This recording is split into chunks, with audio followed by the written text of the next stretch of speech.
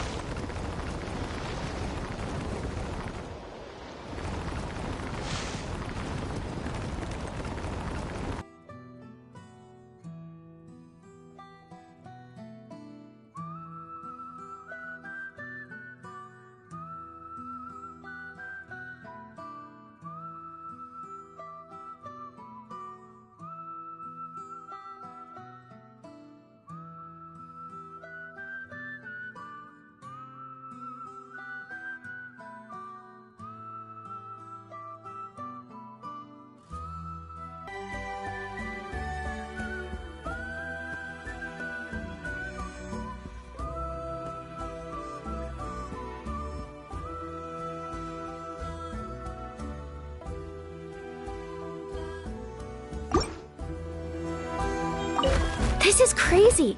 I put all of my strength into it, but it just won't break. Maybe Inkanak was right after all.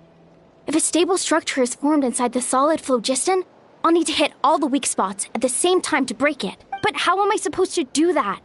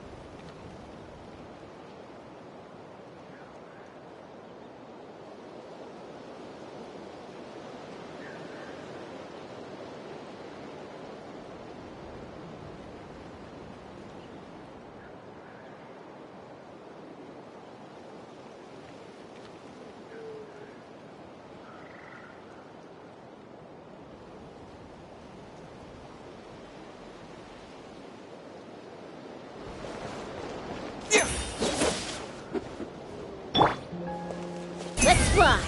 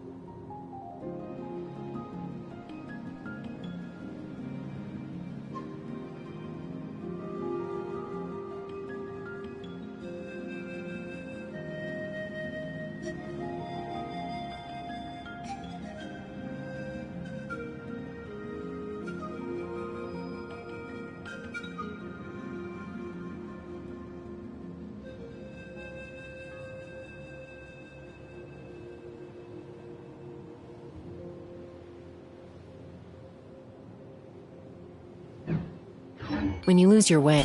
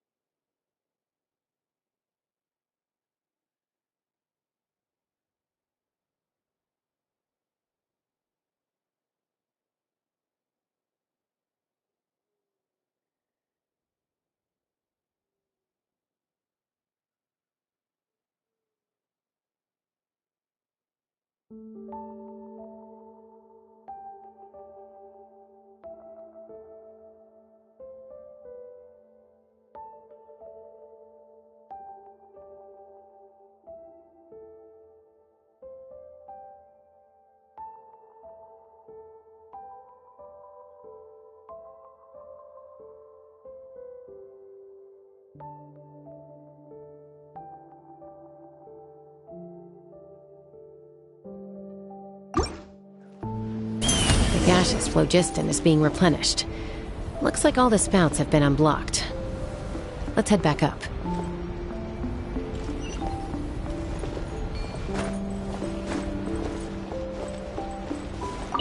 Ah, so that's how you do it. Amazing!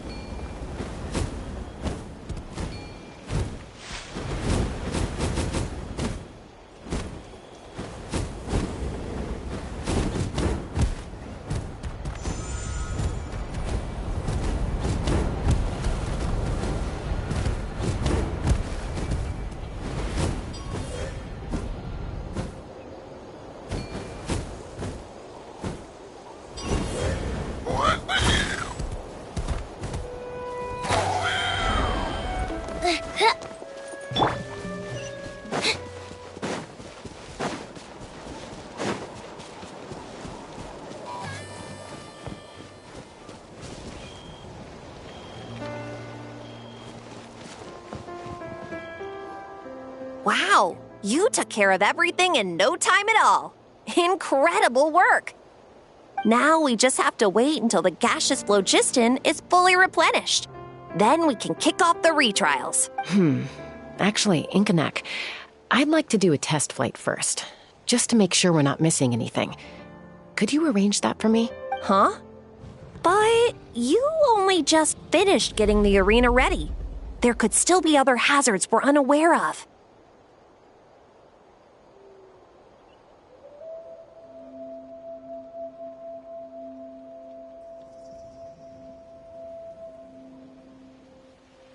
All the more reason to have me test it out.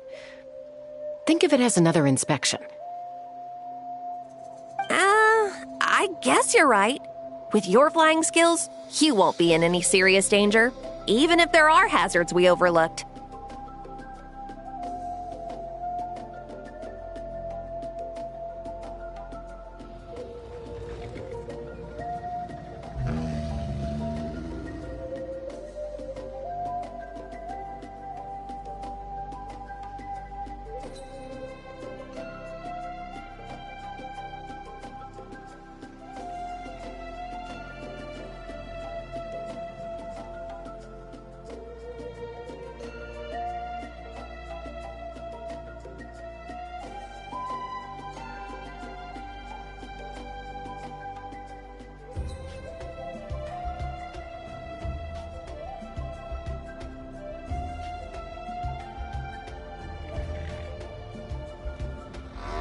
The conditions in this area seem a little unstable, but a test flight is the only way to catch any lingering issues.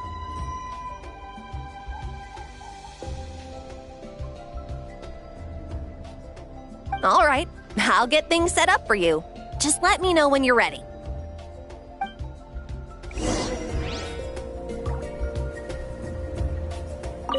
Are you ready? This should be a piece of cake for Chaska, but still, try to be careful. All right, then spread your wings and fly. Take me up!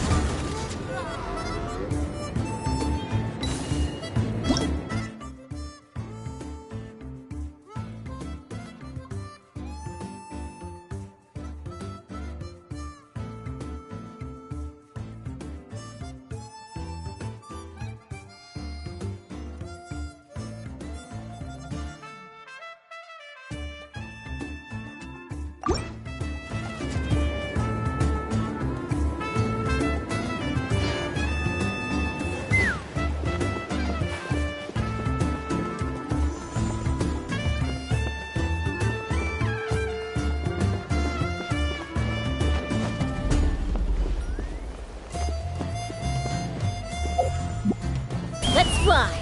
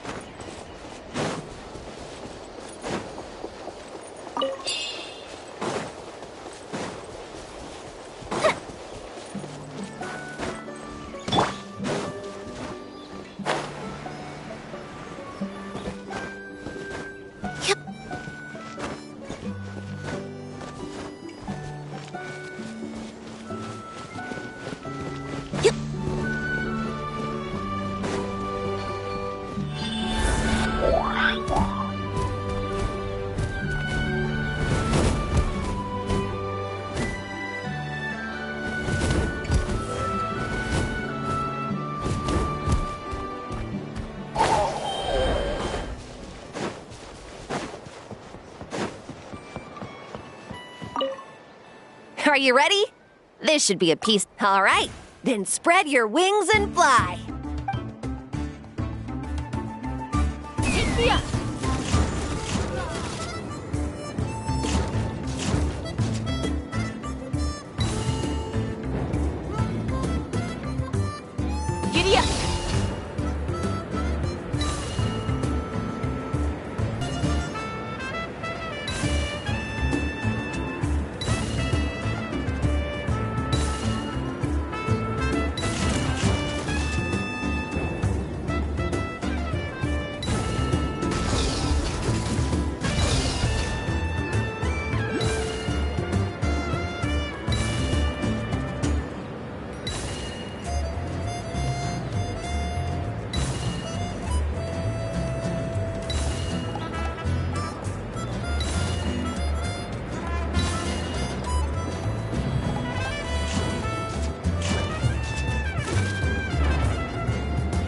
Giddy up!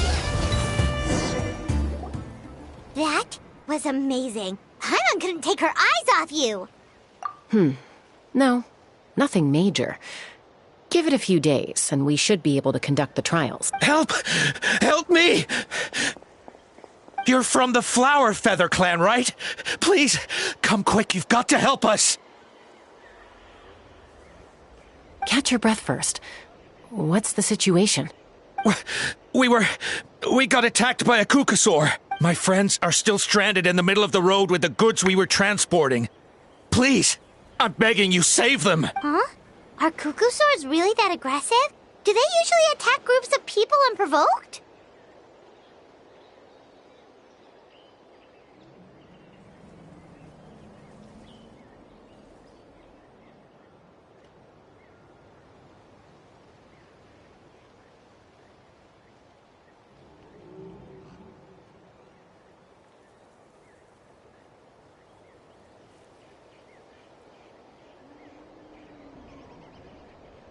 Not in my experience, but there are exceptions to every rule.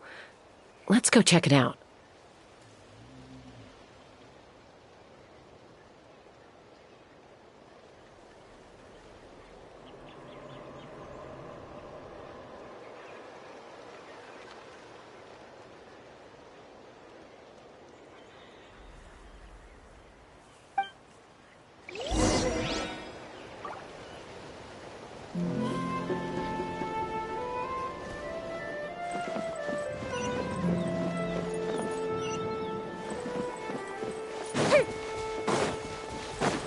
Ouch!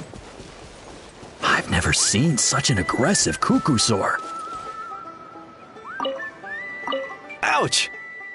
I've never seen such an aggressive Kukusaur!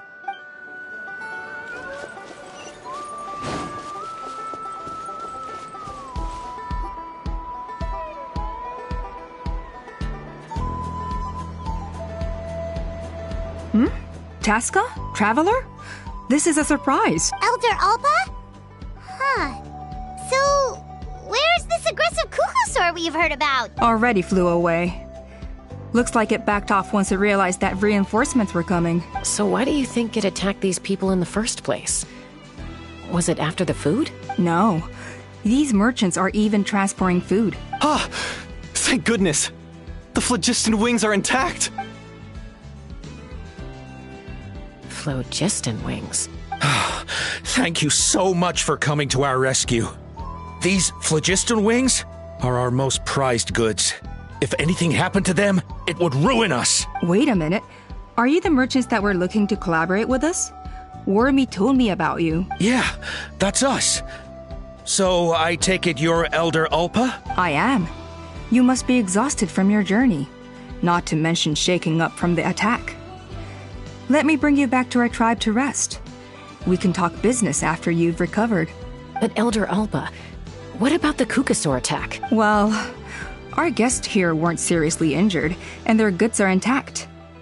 Perhaps that Kukasaur was just having a bad day. There are so many of them around here.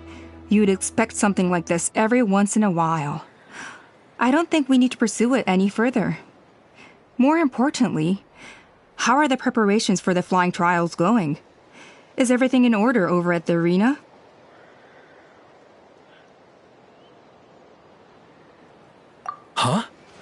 Did you say flying trials? What a coincidence! Sounds like a perfect use case for our phlogiston wings. You'll be pleasantly surprised by what they can do. Oh, really? Now I'm intrigued. Well then, let's forget all about this Kukusaur attack for now. We have some serious business to discuss.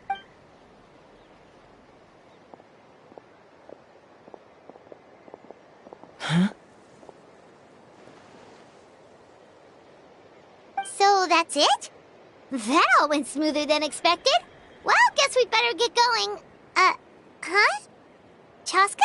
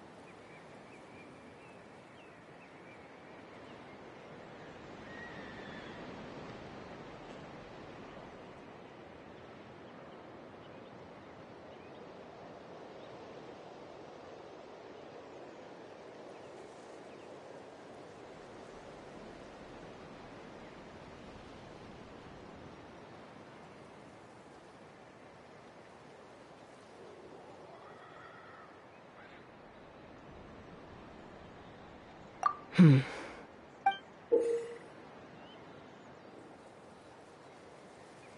blood-stained feather.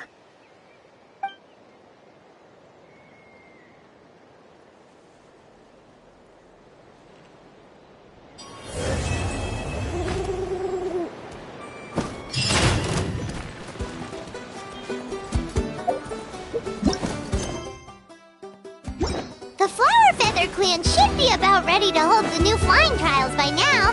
Let's go check it out!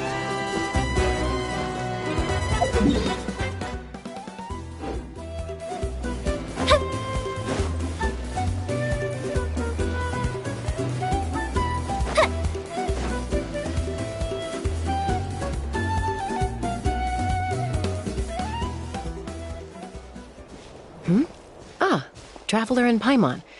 You came. Yep, and it looks like we made it just in time. Although, can't say the same for the Kukusaurs. Bit of a low turnout, huh? Yeah, you'll see why soon enough. All right, get ready. 3, 2, 1, fly! Whoa! We're really flying!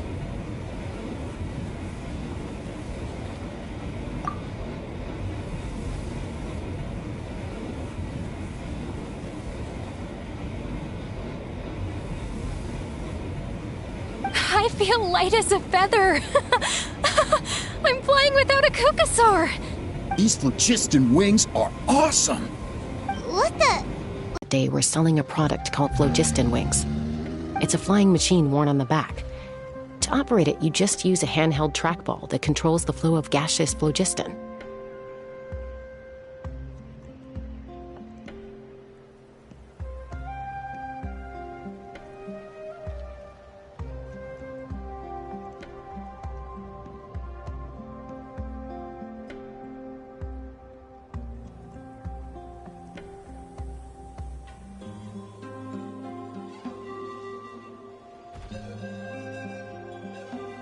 That's incredible!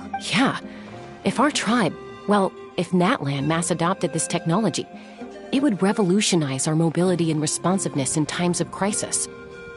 Just think of the countless tragedies that could be averted. I feel like I'm dreaming. Did I really just fly on my own without the help of a Kukusaur? You'd better believe it! Plus, you just passed the flying trial! Right, Elder Alpa? Elder Alpa?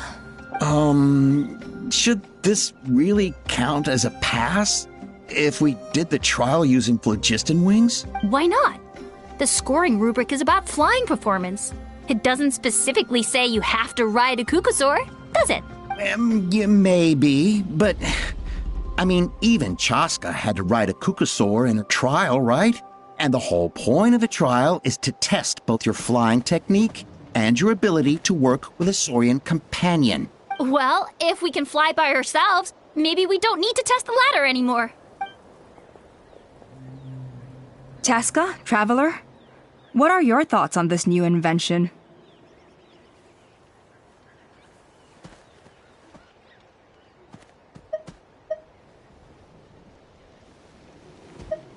Right? That's what I think, too. I agree that they have strategic value. But I don't...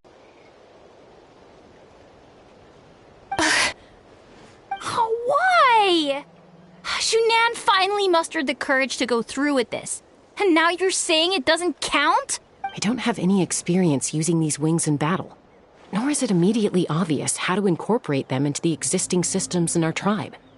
Taking a longer-term perspective, I think we need to start by getting thoroughly acquainted with how these things work. To strengthen our forces and boost morale in this trying time. And as for real-world battle experience, there will be plenty of opportunities to gain that.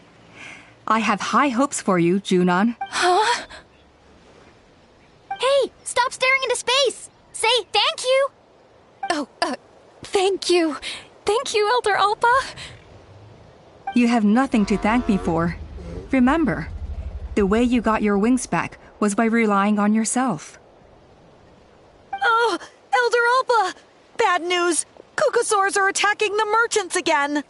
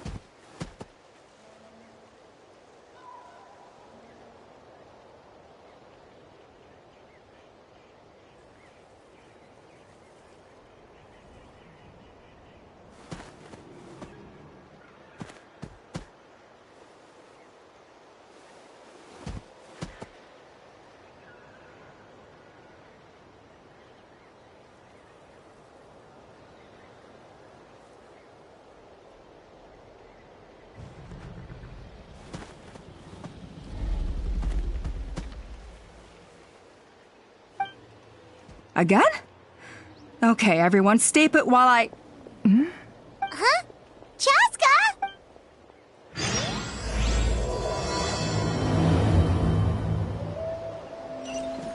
Why did Chaska rush off like that? And then Elder Alpa and the others too? Anyway, let's go see what this is all about.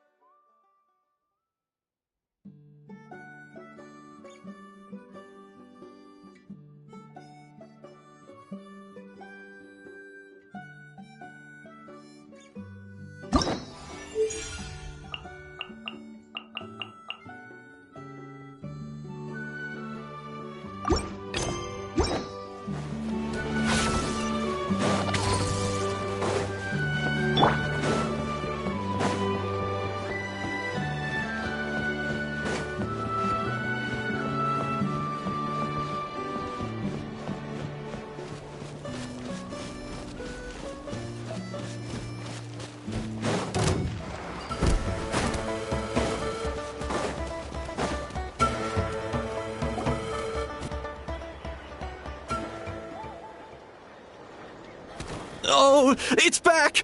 It found us again! Run! Get out of here! Curses. She's really riled up this time. Hey! Stop running! We'll never outrun a creature with wings! Get back here and let's fight! Stop! All of you!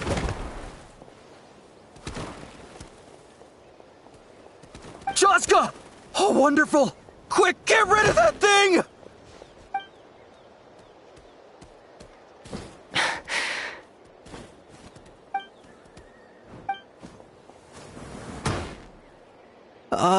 What's going on? Why isn't she doing anything? So it really is you. Sister. Wait, sister? That Kukusaur is Chaska's sister?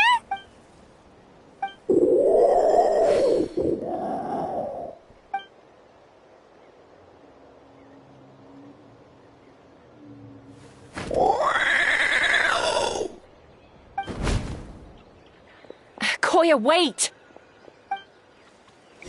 Is Chaska gonna be okay? Should we go check on her? What was wrong with that Kukusaur? Why was it so aggressive? If we just let it escape back into the wild, who's to say it won't attack again?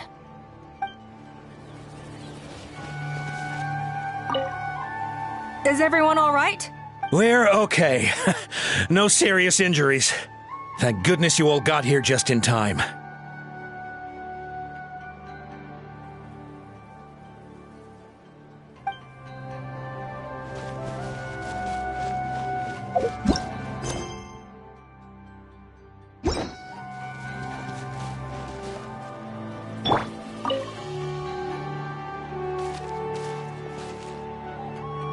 Chaska, are you okay? I'm fine. Sorry for making you worry. No point. She's an expert at hiding her tracks. Once she's shaken you off, you'll never catch up to her. At least, I always used to lose to her at hide-and-seek when we were kids. Well, yeah. You know I was raised by Kukusaurs. Anyway, she and I grew up in the nest together. Her name's Koya, and she's my big sister. We played together all the time, chasing each other through treetops or mountaintops. It felt like it would go on that way forever. Until the day I was sent back to live with the humans. Not all Kukusaurs are friendly towards people. Koya, for instance, she's fine with me because we grew up around each other, but she's not fond of other humans. When Mom decided to send me away, Koya strongly protested, and after I left, she became more and more reluctant to interact with humans. Maybe she thinks that humans stole you away from her. It's a possibility, but in any case, we still stayed best friends at first. I had a hard time adjusting to life in the tribe, so whenever something went wrong, I'd run off into the wild and vent to Koya. Ah, so that's what Uncle Cusco was talking about. He said you seemed to prefer hanging out with Saurians to your own kind back then.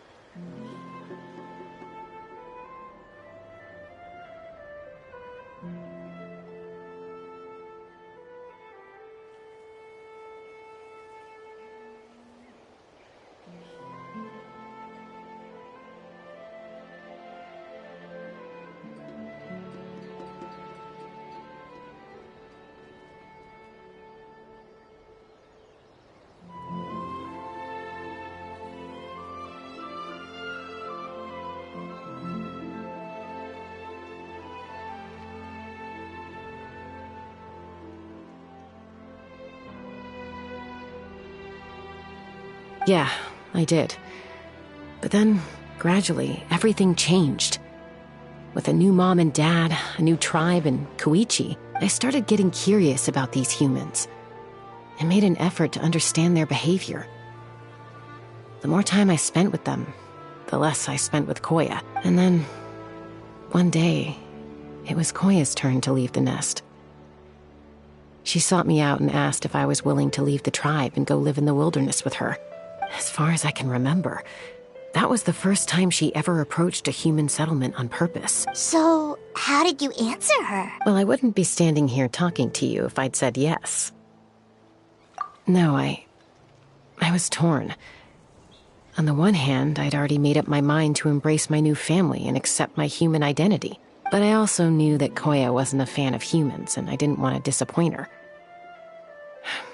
She took my hesitation as an answer. She saw it as a personal betrayal, threw a huge fit, and then flew off.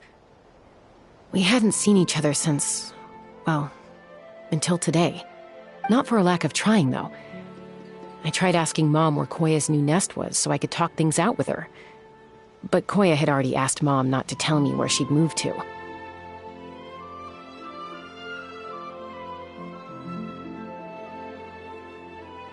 It must be hard for Mom, being stuck between her two daughters. So I didn't press the issue. And I didn't go looking for her. If things carry on like this, I need to make sure I find her before anyone else. Even if she doesn't want to see me. For now, let's bring the wounded back to the tribe. And see what Mutota and Elder Alba have in mind.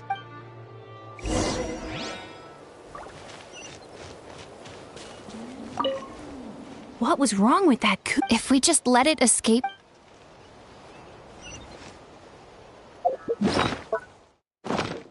Our bond is strong!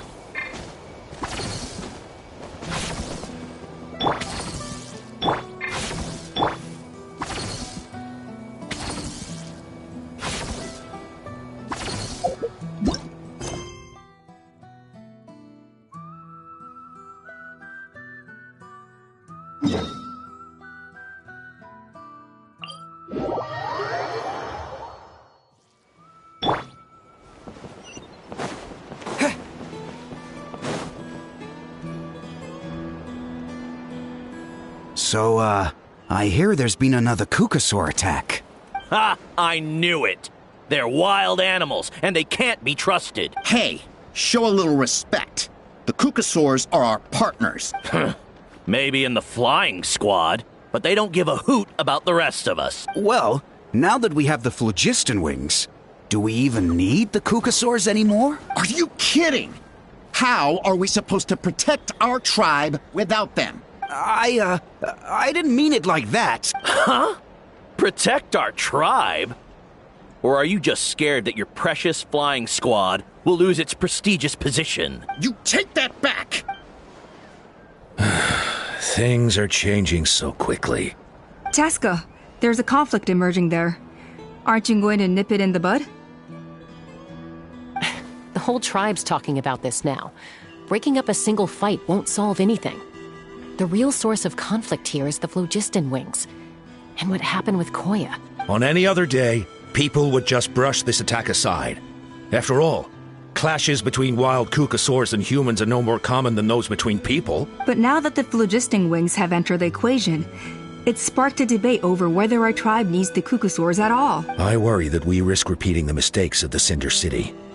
Back then, Lord Ochkon's hatred of the Saurians nearly destroyed the peace forged by the Pyro Archon. Chaska, to prevent things from deteriorating further, I'd like to task you with restoring peace to the tribe. I will. Traveler, you've already done so much for Natlan, and the Flower Feather clan has no right to ask more of you. But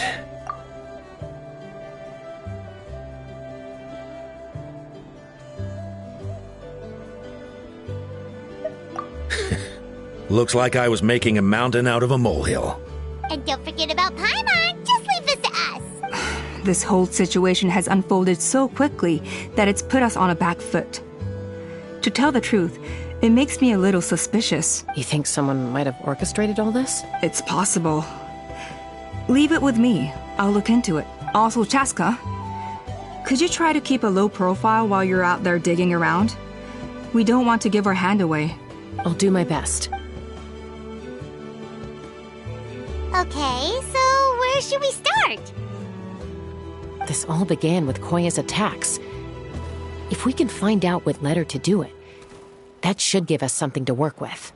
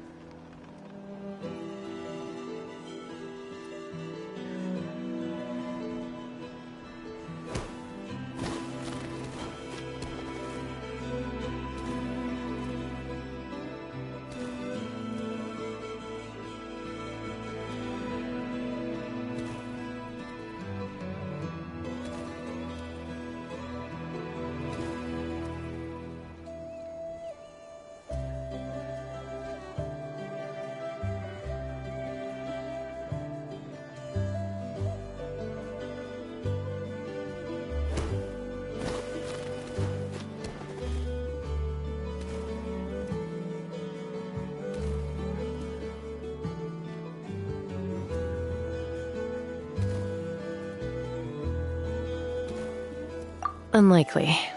Given how she reacted when I showed up, I don't think she's forgiven me. If you want to resolve a conflict through dialogue, sometimes you need a third-party facilitator. Let's go see my mom.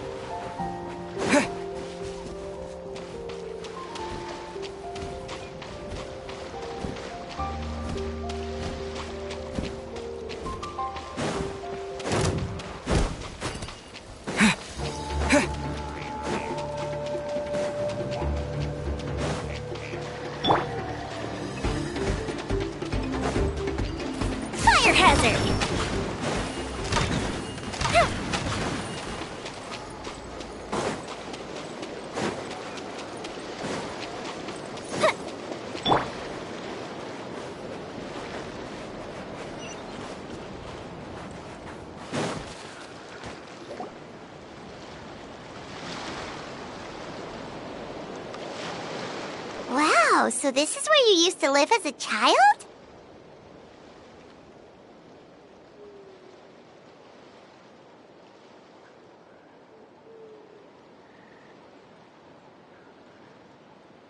Mm-hmm. When I was little, we used to do this thing where I'd jump from the top of this tree, and Koya would fly over from the platform and catch me in midair. Or sometimes we'd both fly from the treetop together, and then after some aerial maneuvering, she'd throw me up onto that platform. After we got a bit older, we went to the nearby shores looking for even greater heights. Ah! Stop! You're gonna give Paimon a heart attack! Oh, really? I just thought it made a fun story. Then I'll share more with you when there's time. Anyway, back to the matter at hand.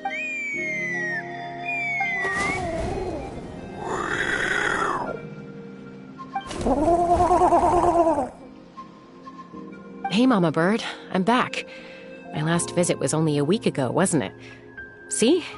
I visit you more than I visit Papa Cusco. I brought a couple of friends with me. These are the Traveler and Paimon. Traveler, Paimon. This is my mom. Her name is Chimpu. In the human tongue, anyway. Hi. No, not really. I don't speak it as such, but I can sort of get the gist. Although only with Mom and Koya, since I spent my formative years with them. Even then, It's basically a best guess based on their sounds, body language, and expressions. Seems to work about 9 times out of 10, anyway. As for whether Mom understands me, I can't always tell. But somehow we still manage to communicate. Call it the family bond, I guess. Don't worry. I'm doing well, but I think Koya might be in some trouble. I know she's never been a fan of humans, but she's never deliberately attacked them before either. What's behind this sudden change? Does, Auntie Chimpu know anything? Doesn't look like it. Koya hasn't visited her in a long time. Then, could you please tell me where she's living nowadays? I really need to talk to her. If this animosity between her and the tribe continues, then the next time there's an incident, I don't know if I'll make it there in time.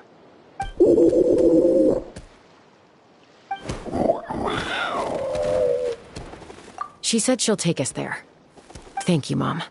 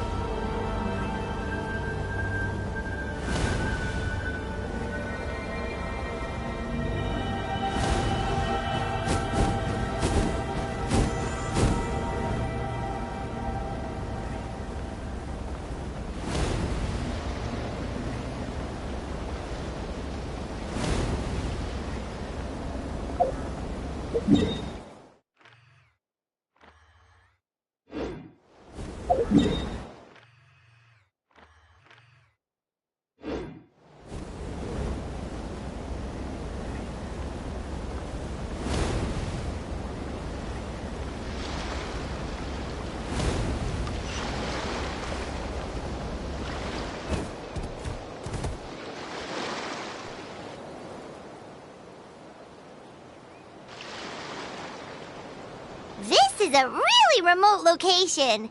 Guess she was trying to get as far away from humans as possible. We stay here? Okay. Got it. Traveler. Paimon. Mom says we should stay out of sight for now. She'll talk to Koya first. Koya is very hostile toward humans right now. So if we show up unannounced, it might just make things worse.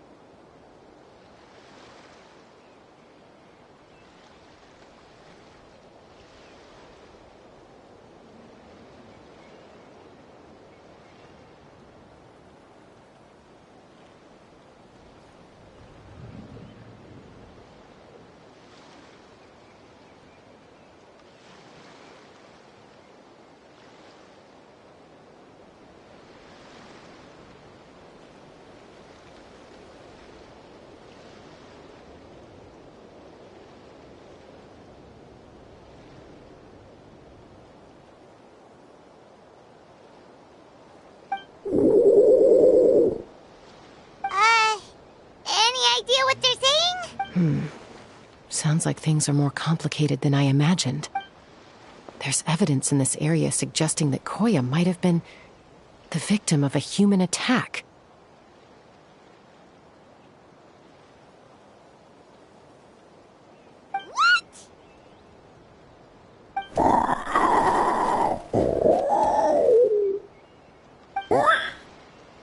No!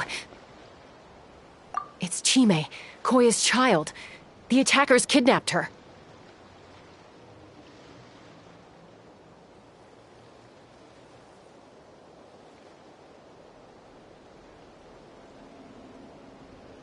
They came over the sea, under the cover of night, and they took Chime. What the heck? Who would do such a thing? I searched day and night, and finally found them.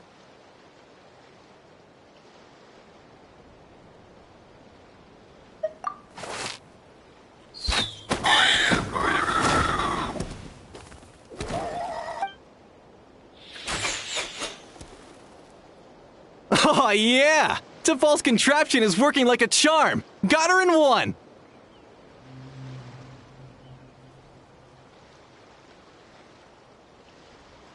Hey, there's another one! Wait, is that the one that got away last time? Who cares? Just get them all. T'Pol pays us per catch.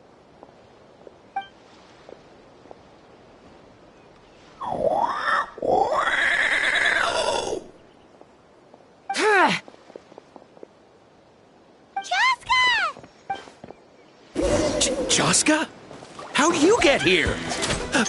Quick, stop her! Don't you even think about running away!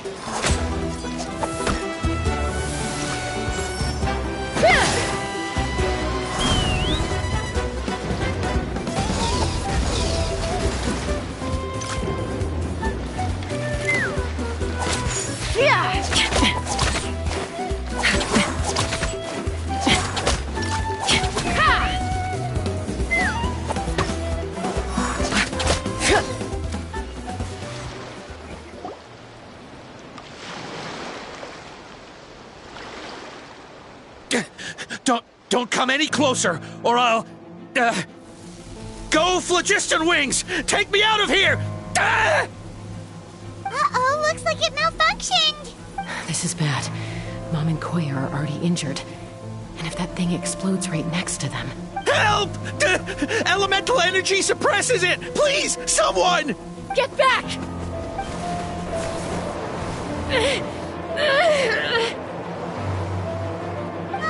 It's still going, and it's getting worse. Guess we need a more permanent solution. All right, then.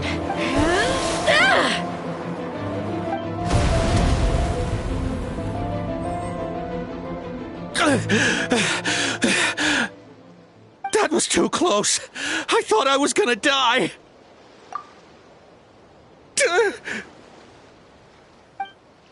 Answer us honestly. Were you the ones who attacked Koya before? I am... No, it was...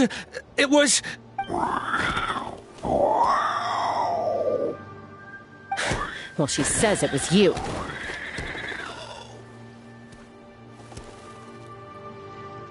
Just tell me, who sent you here? It was T'Pol. He told us to catch all the wild Kukasaurs we can find, and... he also said that this Kukasaur has become a thorn in his side, so it needs dealing with urgently. T'Pol? Huh. Sounds familiar. But where from? Well, he tends to send his orders in writing. He pretty much never communicates with us in person. When he does, he wears a mask to hide his face.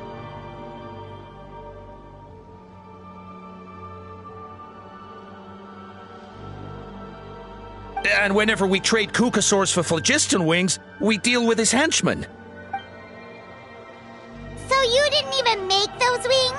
All we did was slap some labels on them and transport them over here, to make them look like they're imported. To make it harder to trace their origins. I don't know, honest! Well, that's mighty convenient, huh? What about if I held a gun to your head? Would that change your answer? No need. I'm sorry. I'll tell you everything I know. T'Pol doesn't tell us much, but he always stresses that he wants them alive. So that gives us some clues. This is just a best guess, of course, but we suspect that the gaseous phlogiston stored in the track balls is drawn directly from the Kukasaurs. What? Easy now. You're still injured. Hey, keep talking. Yes, ma'am. So, the gaseous phlogiston has to be highly refined in order to power the phlogiston wings.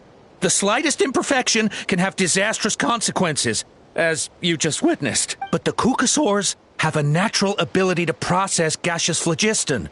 So, if you use them as an intermediary, then... That's enough. So the Kukasaurs you took, where are they now? T'Pol should have them. But no one knows where he's based, apart from him and his henchmen. We've tried looking for it ourselves, even followed them a few times. But we always end up losing track of them. Random thought. Maybe they're hiding up in the sky? T'Pol. I'm sure I've heard that name. Maybe it was... Jaska! Traveler!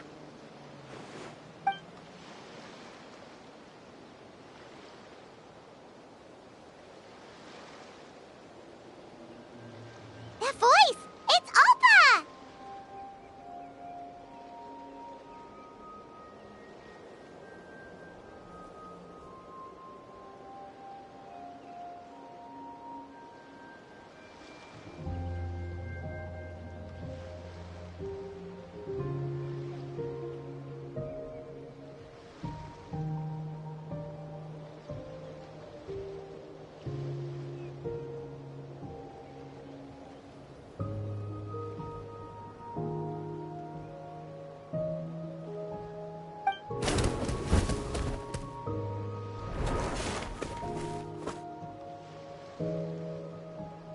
Elder Alba?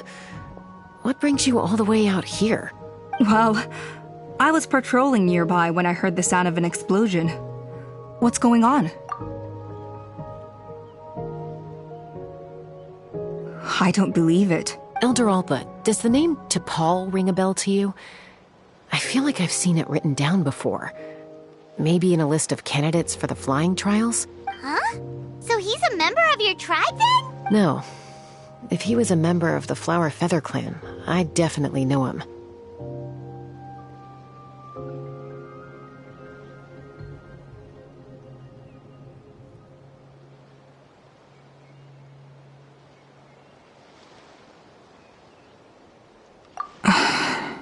Now that you mention it, I do remember a young man from outside our tribe who came to participate in our flying trials once.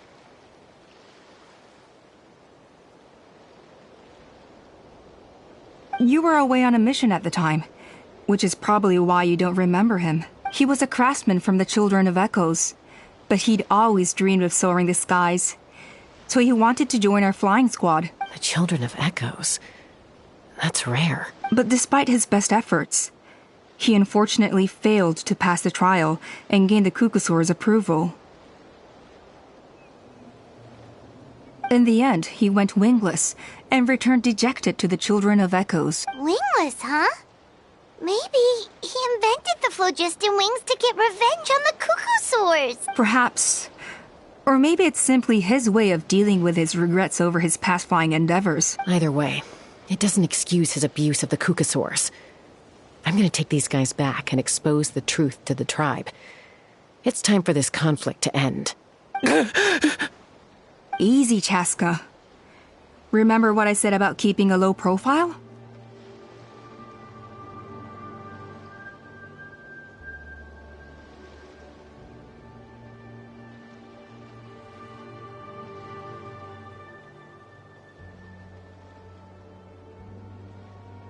The ringleader still had...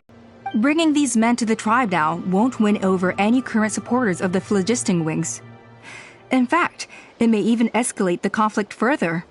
After all, many are mistrustful of the Cucusaurs after recent events. Is that why T'Pol waited until now to try to capture my sister? I don't know. I mean, he did tell us to spread negative rumors about the Cucusaurs and slip some mora to anyone opposed to them, but...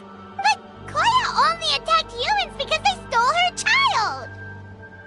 Nevertheless, we will be hard-pressed to change people's minds while emotions are running high. Unless we have irrefutable evidence. Bravo! My thoughts exactly.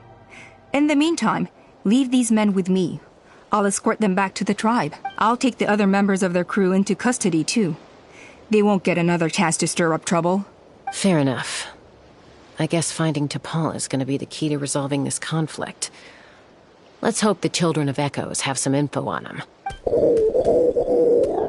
Sorry, whatever it is, it'll have to wait till this is all blown over. I have to fix this situation before it spirals out of control. Mom, Sis, rest up and get well soon. I gotta fly.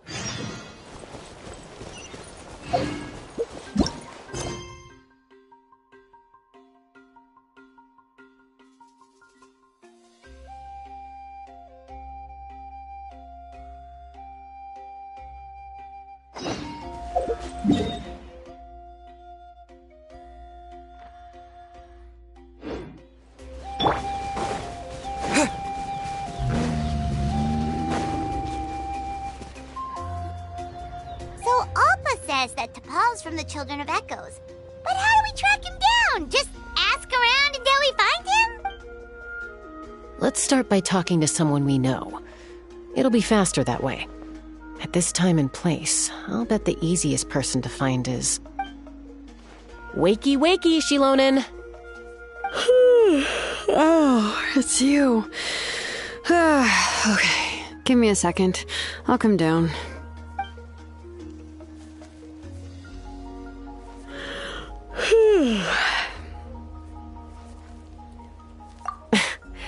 I climb trees to fly further and see farther. I don't usually stop for a nap. Well, we're not all like you. Always full of energy, even after flying around all day. Yeah. So, you've come all this way and interrupted my precious nap time. Might I inquire as to, why? I'm sorry, Shilonen, but it couldn't wait. Does the name T'Pol mean anything to you? He's a craftsman, apparently. Huh. T'Pol. Yeah, that rings a bell. I think that's Puma's child. Nope, I'm afraid you're a few years too late. Why are you looking for him?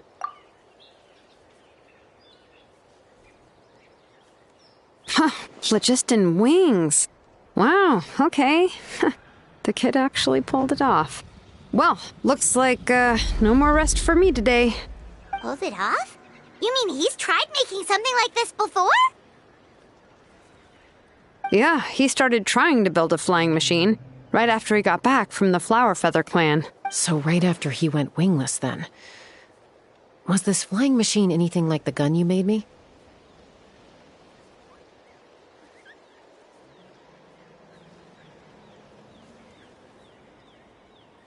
You mean your gun that's harder to tame than the proudest Cucusaur?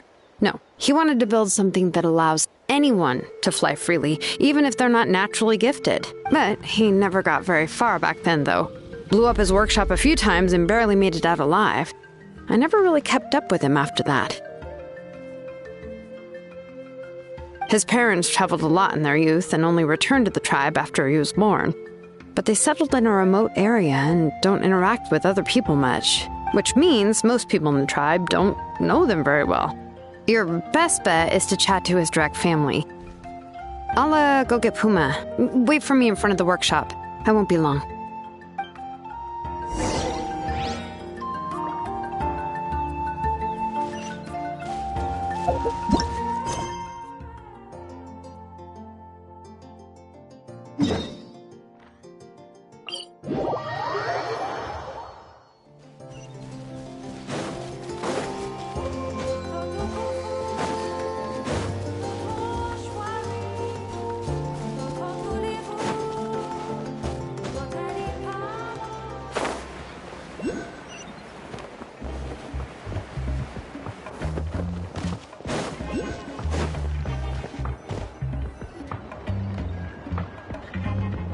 I'm back. Allow me to introduce T'Pol's mother, Puma. Hello, we're... Oh, save the pleasantries. I don't want to spend any longer talking about that boy than I have to. Huh? I disowned him long ago. He is no child of mine. All he cared about was his pipe dream of reaching the sky. Oh, we tried to talk sense into him, but he was obsessed. And then when he left us, he spouted some nonsense about building a workshop in the sky to avoid the constant criticism of us ground dwellers. He left his notebook behind. Whatever questions you have, you can look for them in there. I am done talking about him. He's no son of mine. He never called me Mom anyhow.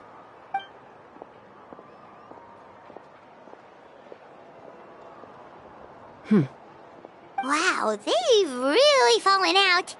Paimon sure wasn't expecting that. Her husband, T'Pol's father, he passed away recently, and T'Pol didn't even bother to show his face at the funeral. If you ask me, that was probably the final straw for Puma. I'll go keep her company. If there's anything else you need, just come and find me. Thank you. Okay, so this notebook is the only lead we got now, right? What's in there?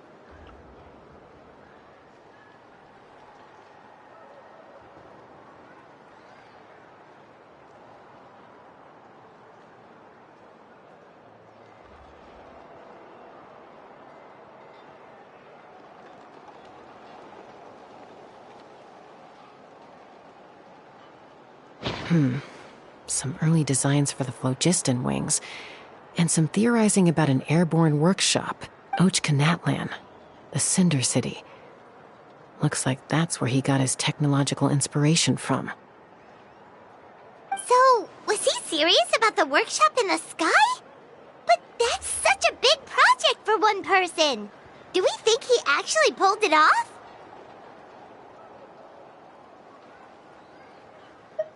Oh, yes. The one from the trial arena that was super high up. That balloon has been there for a while, and everyone's been wondering how it got up there, but what if that's the wrong question? What if it started off even higher up, above the clouds and out of view, and it only descended to its current height due to some kind of malfunction? Part of T'Pol's workshop? Seems likely. If T'Pol's base had been hiding above the clouds this whole time, that would definitely explain why Isidore couldn't find it.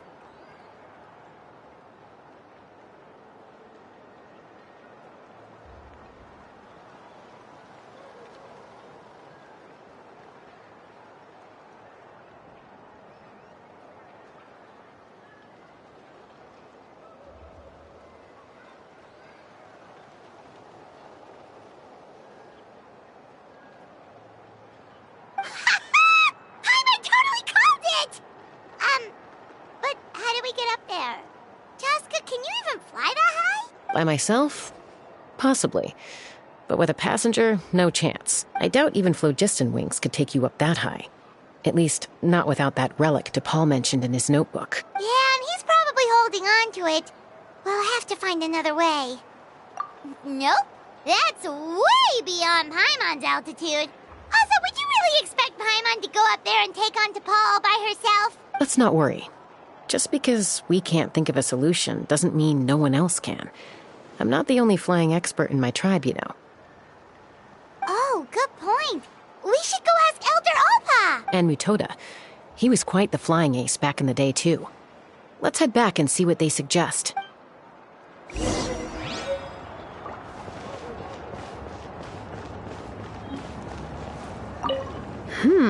How's the sleuthing going? Hanging in there.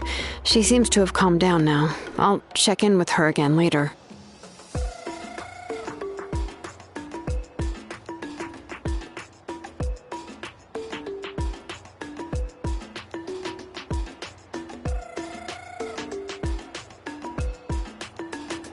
I think something about handing you that notebook meant she was finally able to let go of a few things, so maybe this was for the best.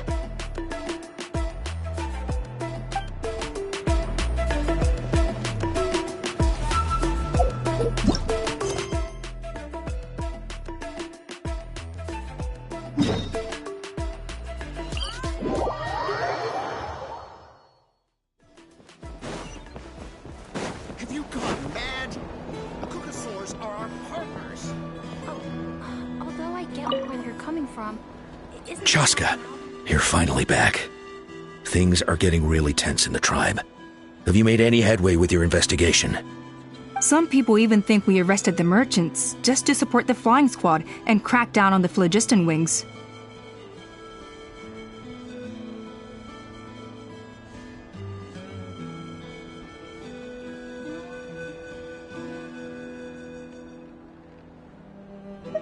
We found some promising leads, but there's a major obstacle standing between us and the irrefutable evidence we need. A relic from the Cinder City?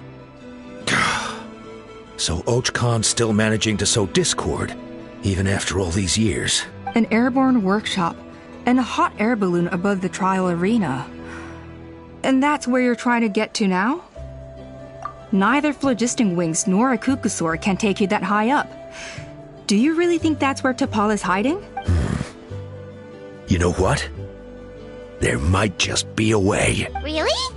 Do you still remember those spouts in the arena? When they were all blocked, the gaseous phlogiston was trapped and unable to flow. But now, it's flowing freely. If we were to block them up again... You mean all of them except the one at the very top of the arena? To build up the pressure there? Precisely. With all the gaseous phlogiston flowing through one spout, it would create a high-pressure wind current. And then we just ride it up into the sky! Yes, it has its risks, but with Chaska's abilities, I think she could manage it. It's an extremely risky approach, but I agree that it's feasible. If you want to give it a try, check with Inkanak at the trial grounds. She can explain how to block the spouts.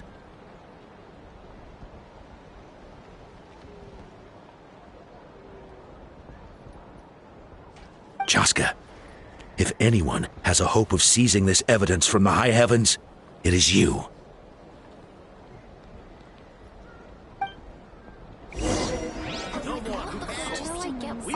We'll do our best to manage the conflict within the tribe while you're gone. Hopefully, it'll buy you some time. Chief, we should put a defense plan in place, just in case.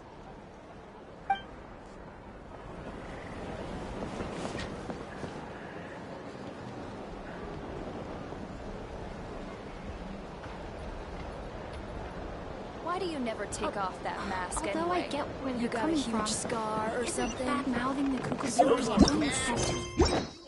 You're so tough. Why don't you take off my mask and see for yourself? But without the phlogiston... Although I get where they're coming from, isn't bad-mouthing the Cucusaurs going a step too far? But without the phlogiston wings, I'll never make it.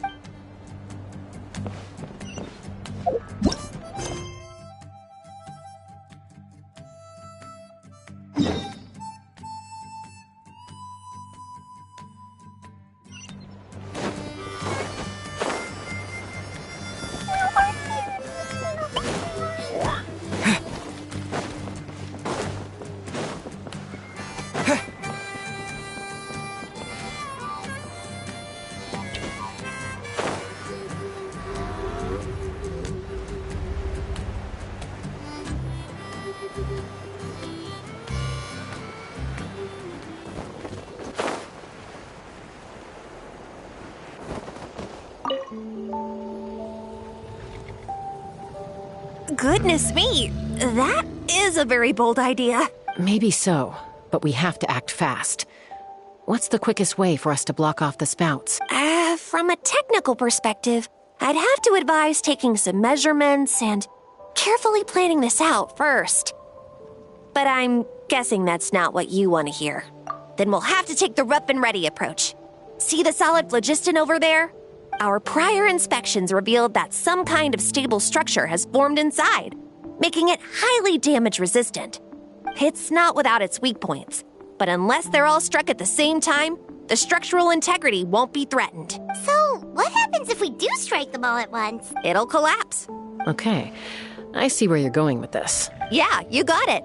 As long as you hit all the weak spots at once from the right angle, the solid phlogiston will fall right on top of the spout and block it up. You're right about rough and ready. Sounds like my kind of plan. As long as you hit all the weak spots at once from the right angle, the solid phlogiston will fall right on top of the spout and block it up.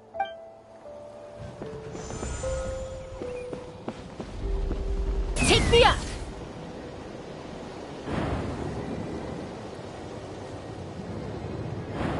Look! There's a chunk of solid phlogiston right over that spout!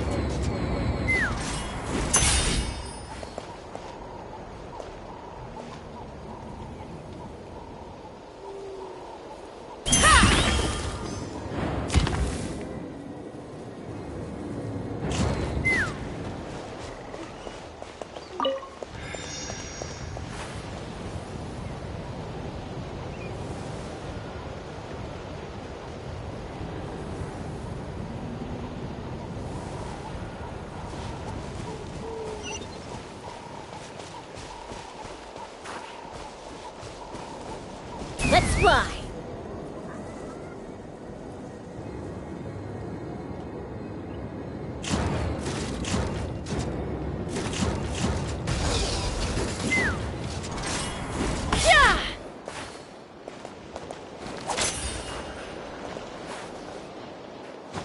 Take me up!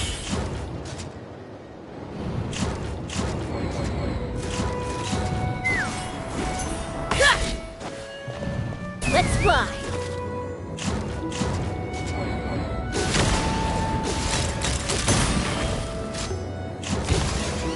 Bullseye!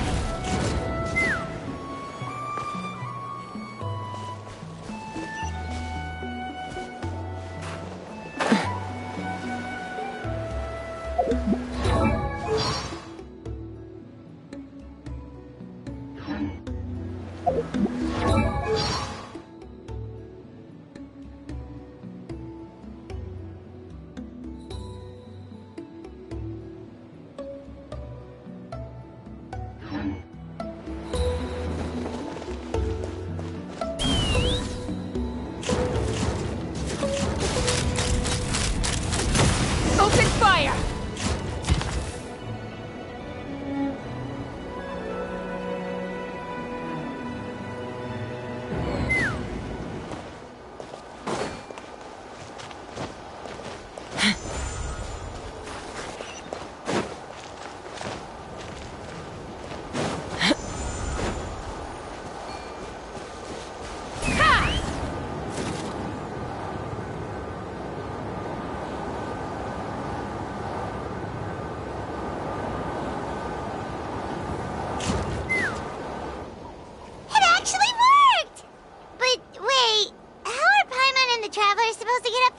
Koya can give you a lift. She's actually been following us this whole time. Wow, Paimon didn't notice at all. Well, probably because she didn't want to get too close to humans. Or maybe just me. Whoa, you didn't even have to summon her.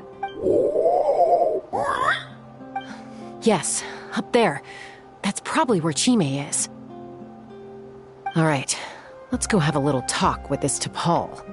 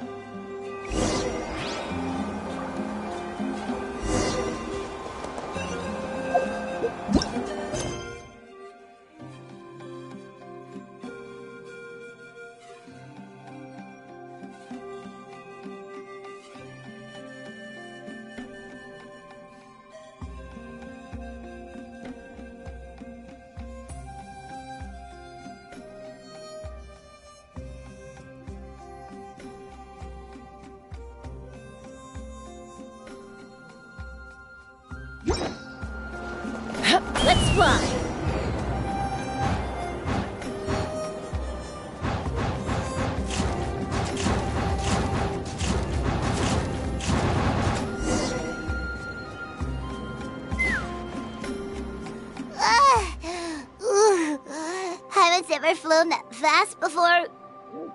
She feels so ready to throw up. Aha. Just as I thought.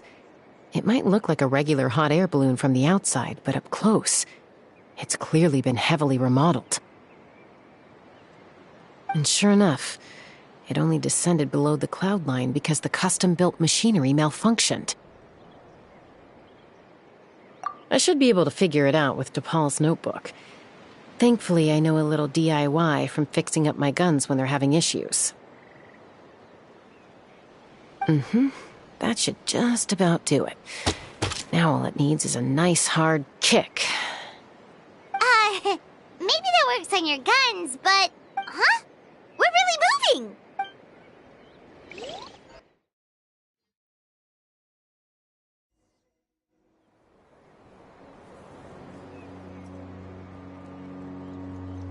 Here it is! The workshop in the sky! Oh, you gotta see it to believe it.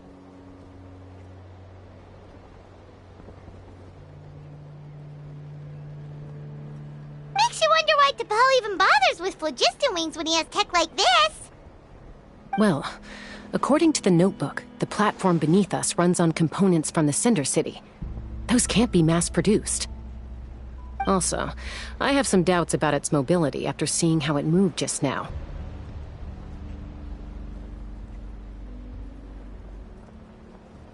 For someone like DePaul who dreams of flying freely, this definitely doesn't cut it. But if he's got that relic, he should be able to make a set of prototype wings for himself, right? Why bother making a whole flying workshop so he can mass produce them?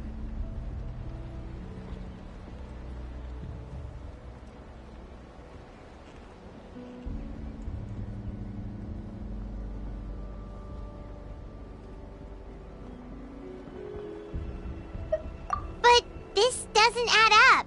If he's already achieved the power of flight, then he must have bigger dreams we don't know about. But what? With any luck, we'll find the answers in his workshop.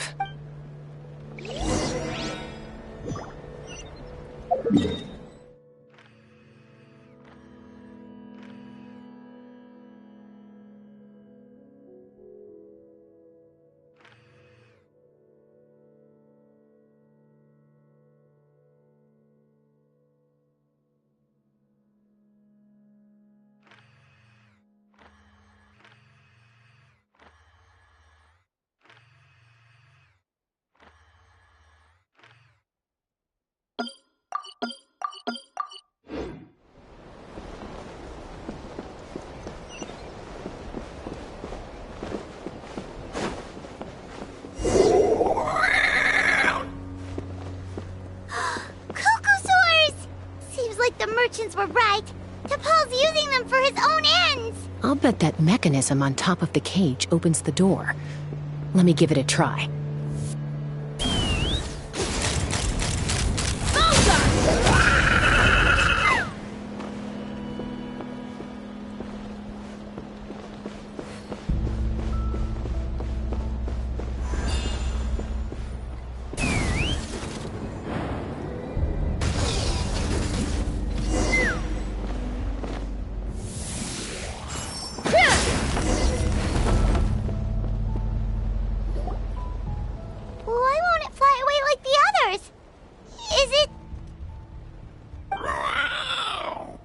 She's still breathing, but barely.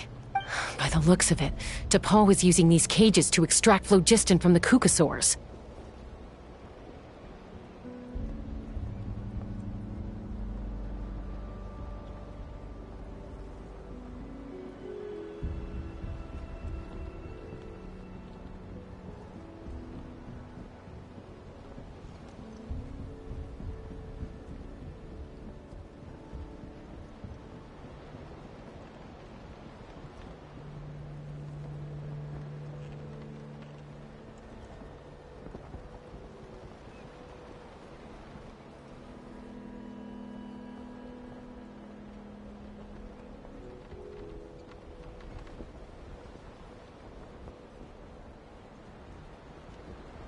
Once a Kukasaur is drained of phlogiston, it becomes too weak to move.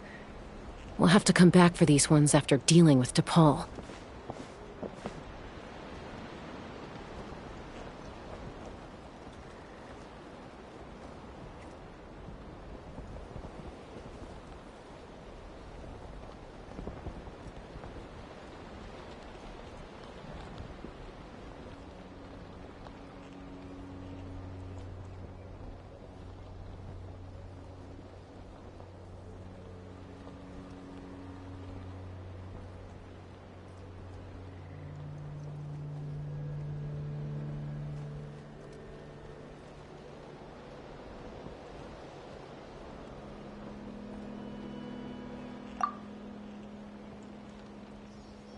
Let me see. Looks like a record of his phlogiston research. Log number 330. With the support of... I was finally able to launch the airborne workshop. Even though it relies on the relic for 80% of its power supply, I've at least taken the first step. Log number 348. Research on the relic is progressing well. I should be able to replicate the technology and scale up production very soon.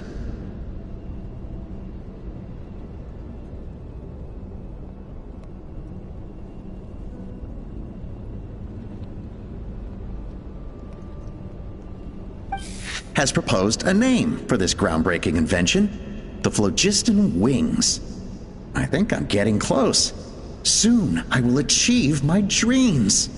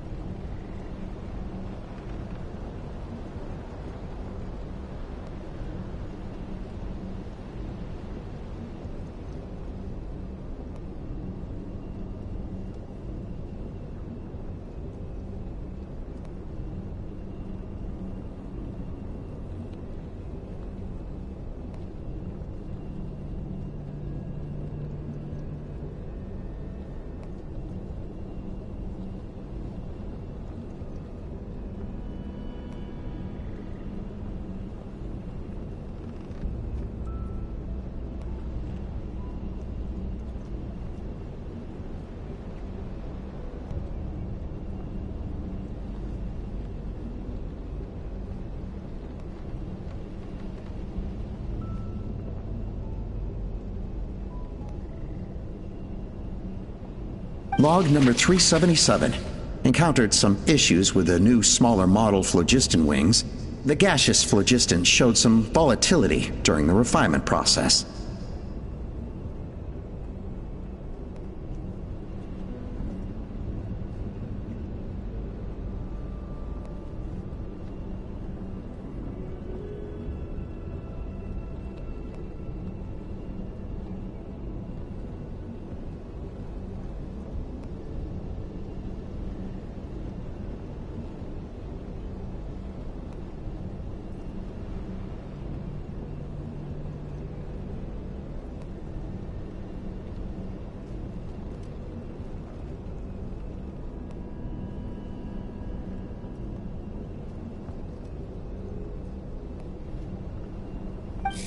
Thinks we should proceed at a more cautious pace with the refinement experiments.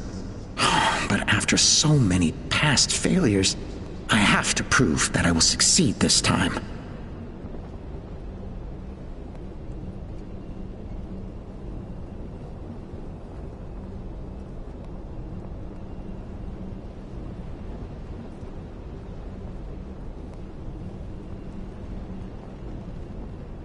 Log number 114. Ran an experiment using Kukasaurs to refine gaseous phlogiston. It was a success. Log number 117. I have started recruiting merchants and hunters to capture wild Kukasaurs.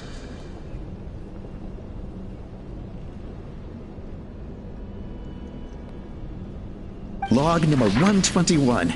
Major breakthrough in the efficiency of phlogiston yield. Huh?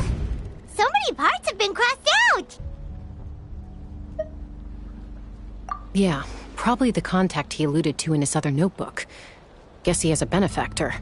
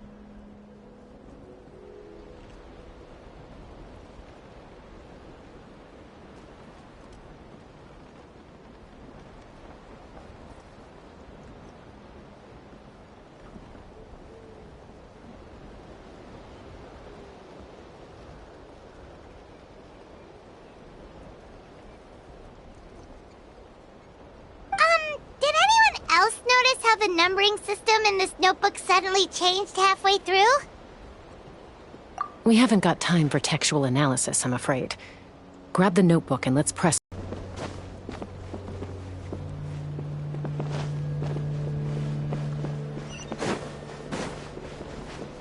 Huh. Never seen one of these before. Looks like this was built with the Cinder City components, too. You're not thinking of giving it a nice hard kick, are you?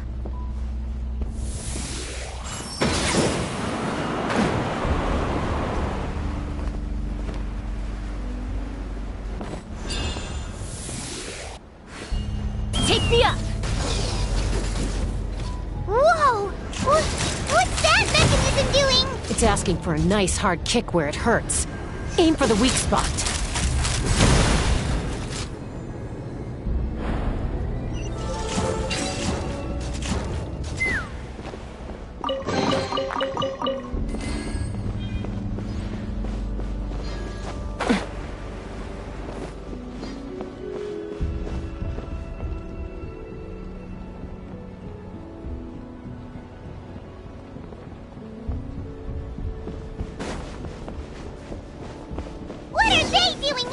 It's T'Pol's henchman.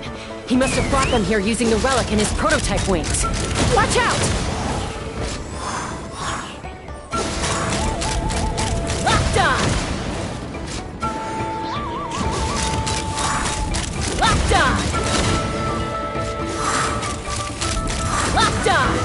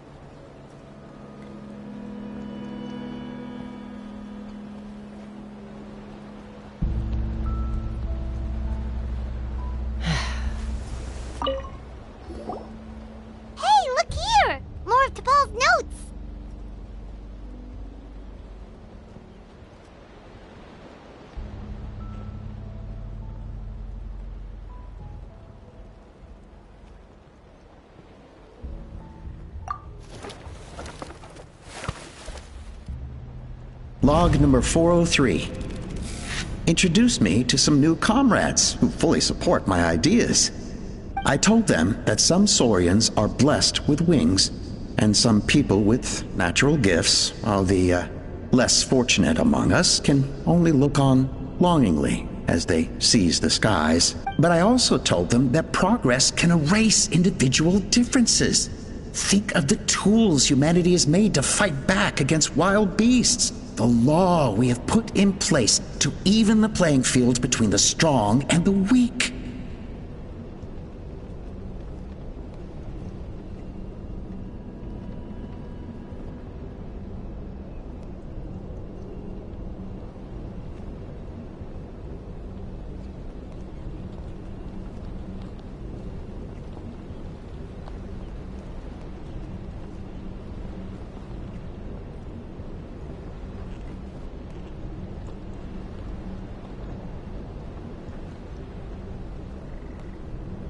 I promised them that our research will be the new frontier of human progress. With our phlogiston wings, the power of flight will no longer be for a select few to enjoy. Imagine a world where the skies are for all to share.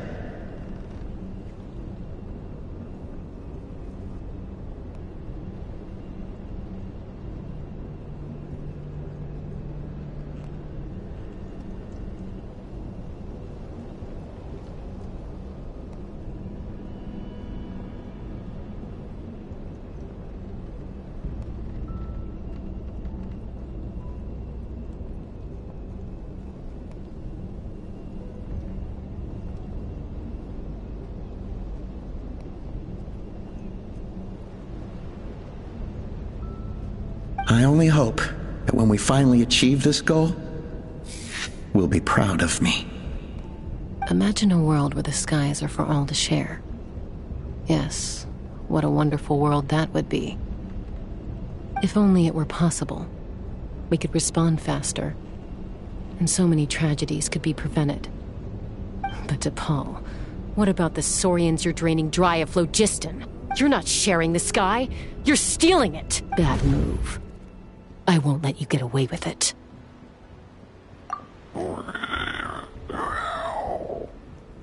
I'm fine. Let's keep moving. I don't think we'll find anything else here.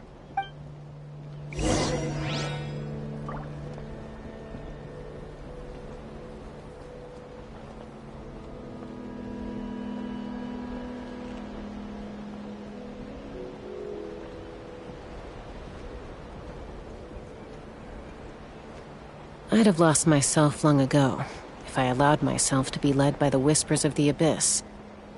Surviving is tough. Taming the beast within is tougher.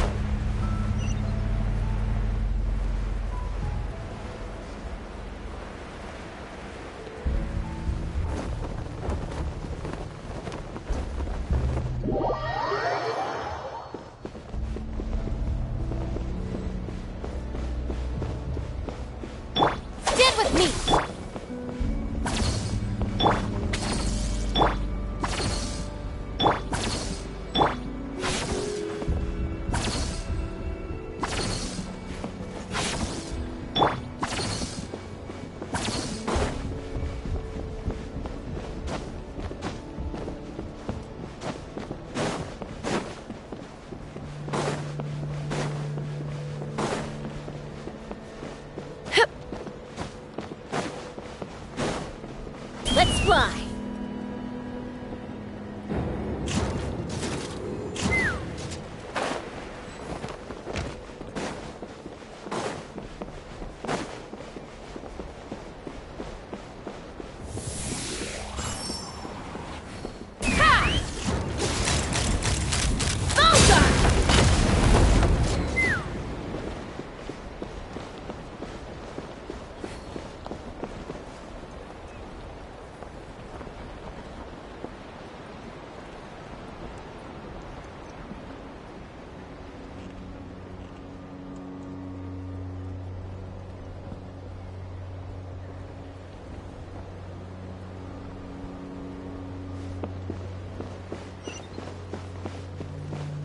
Thea!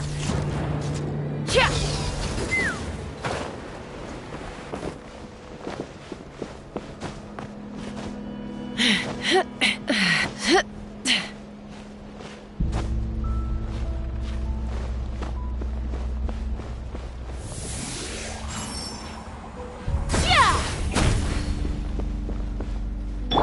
Our bond is strong!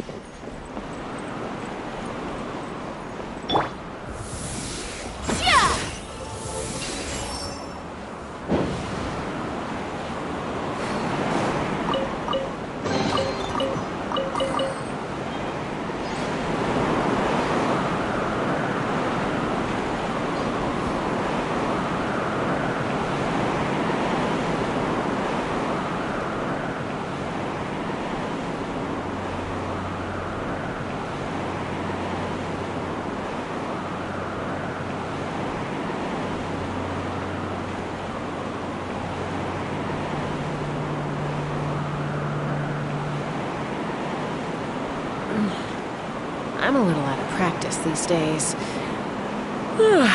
Any conflicts around? I'm in the mood for some peacemaking.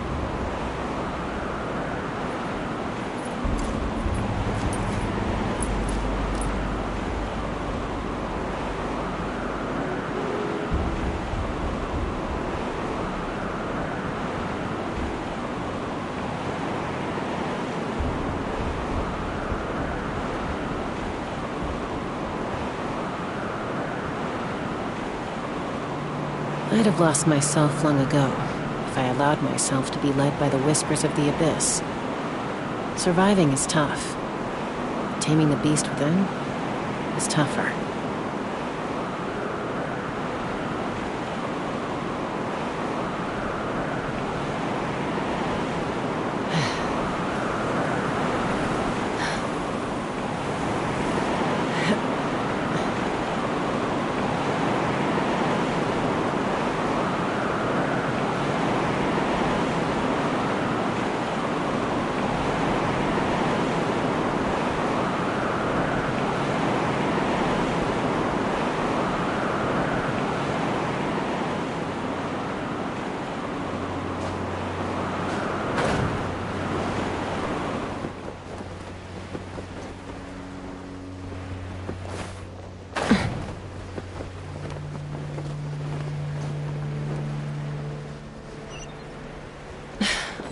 I can't believe he captured so many Kukasaurs. But right now, we have to focus on solving this problem at the source.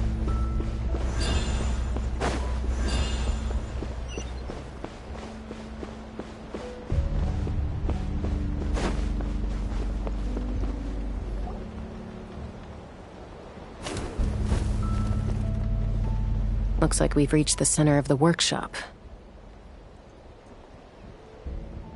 And still no sign of Koi Moya's baby. Let's search this area for now. If we still can't find Chime, we'll double back.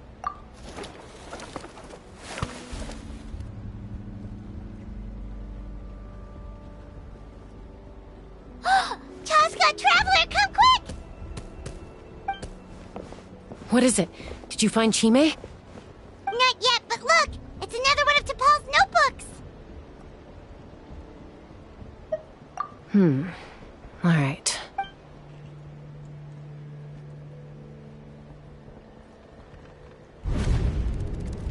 Log number 428. We decided to restart the experiments on phlogiston refinement, but without telling. This is the final obstacle to the success of the Phlogiston Wings project. We cannot fall at the last hurdle.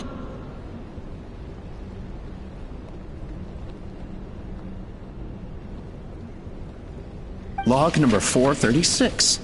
Earlier today, suggested using cucosaurs as an intermediary to extract refined phlogiston.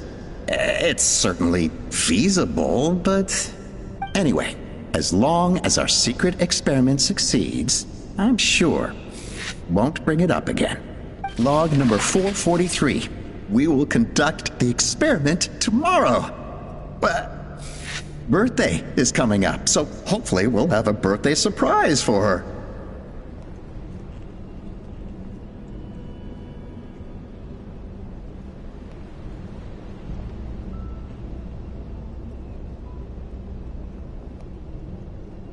Log number 444. Huh? Why is this log empty? I guess whoever wrote down the log number was prevented from recording the results.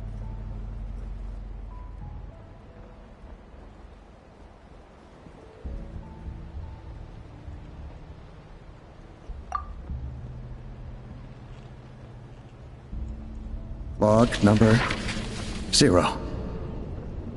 We lost many comrades in the accident. Among them are friends, lovers, and children. But we cannot stop now. We will keep their legacy alive and carry their dreams forward. As of today, we are scrapping the artificial refinement method. Instead, we will focus all our efforts on phlogiston extraction from live cucosaurs. They are arrogant beasts whose existence in the wild serves no one but themselves.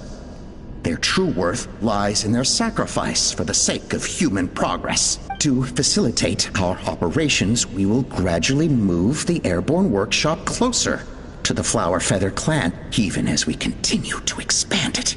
All this we do to create a world where the skies are for all of humanity to share. All this we do to make T'Pol's dream a reality. Given the way this is written, not to mention the fact that the numbering has started over from 0, it kinda sounds like this is someone new. Does that mean that T'Pol's already... There's also a letter tucked in the end of the notebook. It's from Puma.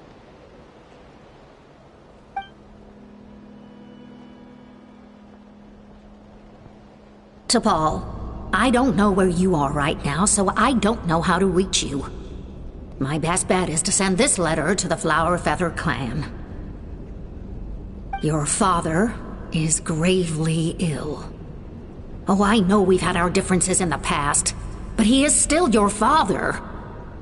Unless for me, all you ever yearned for is the sky. And your birth mother.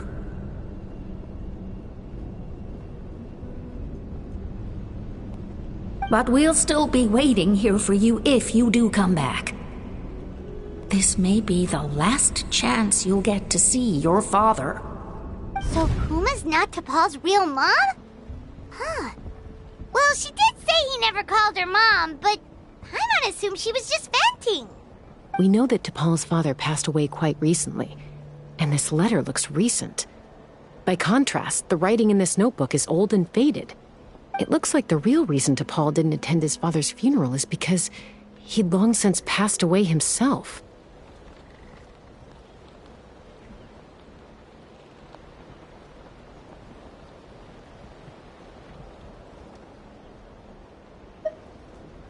If we ask ourselves why this letter was sent to the Flower Feather clan, why T'Pol always yearned for the sky, and how he got his hands on a relic from the Cinder City, it all points to one answer. That's right. T'Pol was my child. He was born during my days as a wingless wanderer.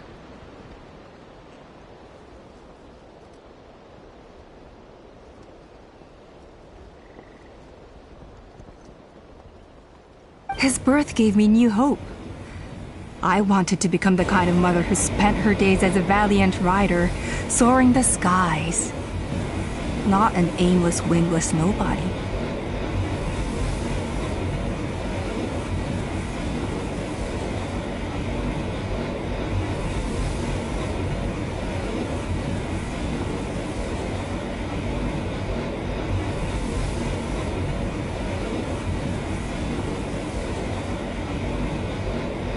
But his father wanted to settle down, to give his child a safe, sheltered life in his tribe.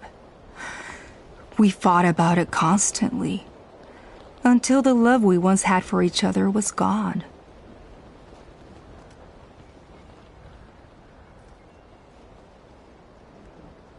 He started a new family, with another traveler who was also looking to return home. And I went back to the Flower Feather clan, alone.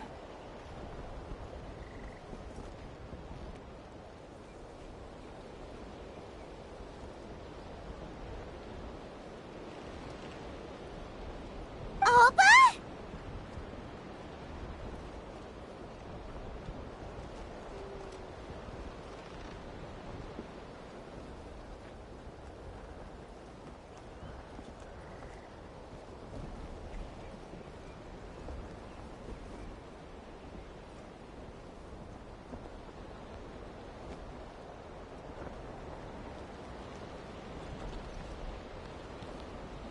I had no idea that despite being raised among the children of echoes, my child still harbored dreams of the skies.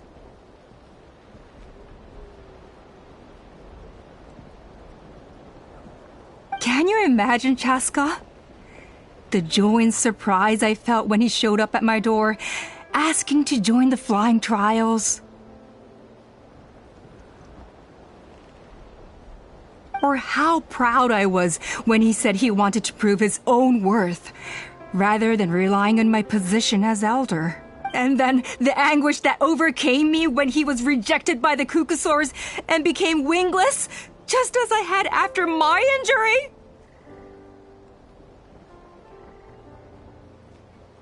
You've got a lot of nerve showing your face here. Don't take this the wrong way, Chaska. I'm not here for a fight. I just want to talk. Isn't that your preferred way to resolve things? I trust you've learned of T'Pol's wish on your way here. A world where the skies are for all of humanity to share.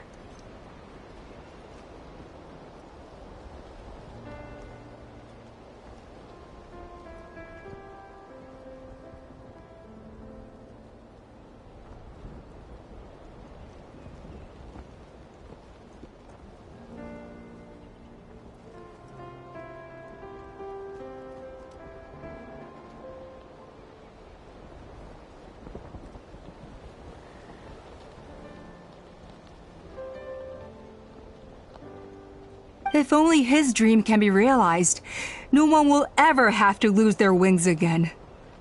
Our aerial prowess will be greater than ever before. War will never again come at such a great cost. The loss of Koichi is a tragedy that need never be repeated. So tell me, Chaska, do you really wish to see the phlogiston wings forever grounded and gathering dust? Nothing you've said excuses all the conflict you've caused. You mean the argument back at the tribe? It was a necessary measure. Sometimes this is the only way to accelerate the pace of progress. Is a mother harming her children when she coaxes them into swallowing a bitter pill? Of course not. It is a brief moment of suffering for the greater good, and the child would come to understand this in due course.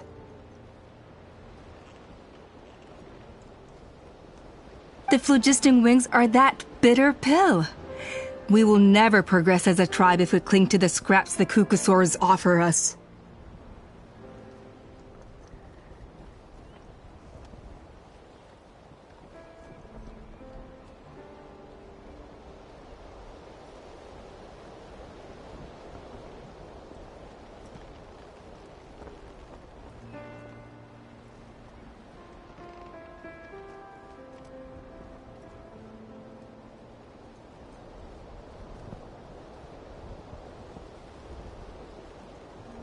Once the people have embraced the phlogiston wings, they will never look back. Even if they learn how the refined phlogiston is sourced, they will convince themselves that the sacrifice of a few Cucusaurs is a small price to pay for our dominion over the skies. But this I had not anticipated. I barely had the chance to introduce the phlogiston wings to the tribe before you found this place. Your plan was hardly foolproof. Yet, it can still be salvaged. Chaska, traveler, you are the hope of humanity. I'm sure you have your doubts about my methods, but know that my love for humanity and for Natlan is genuine. You know me, Chaska. And you know that I've always treated everyone in the Flower Feather clan as my own children, as fellow humans. Surely you can understand my perspective.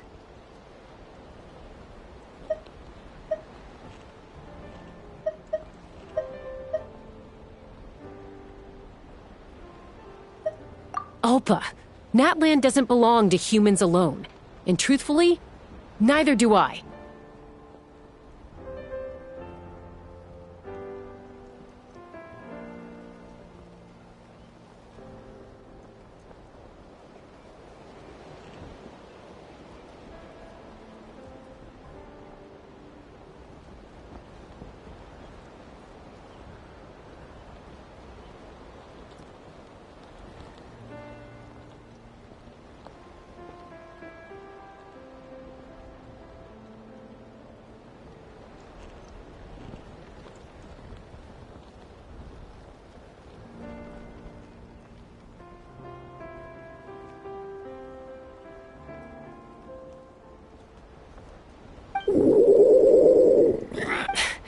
How many times has the Abyss invaded Natlan now?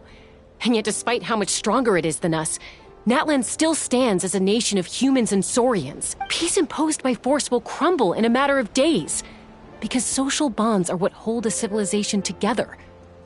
Weren't you the one that taught me that? And yet you would break the bond we share with our Saurian companions to take more power for ourselves? That's as stupid as hacking your own arm off to use it as a club. They are wild beasts, driven purely by instinct. How could they possibly understand human social bonds? How did someone like her ever become a writer?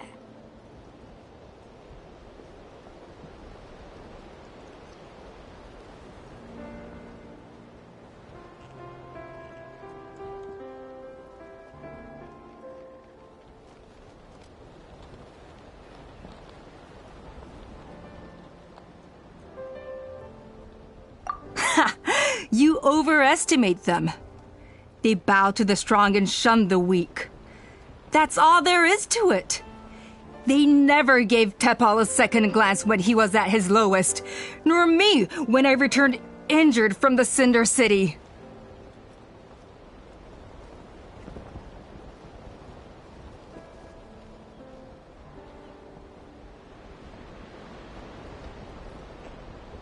It's all about survival of the fittest for them.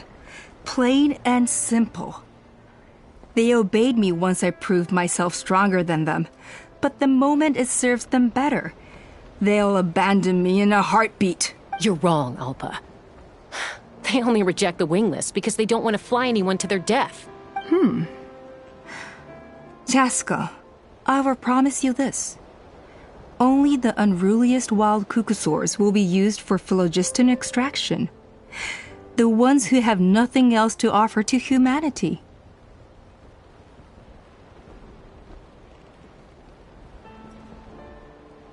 Well, that's too bad. Because I know a few unruly wild cucosaurs who don't think that idea is gonna fly. Namely my mom, my sister, and me.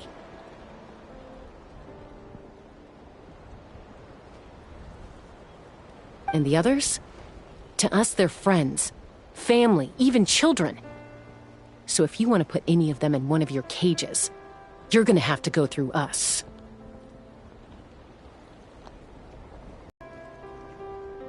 Is that right? I knew you might be difficult to convince. Maybe this will change your mind.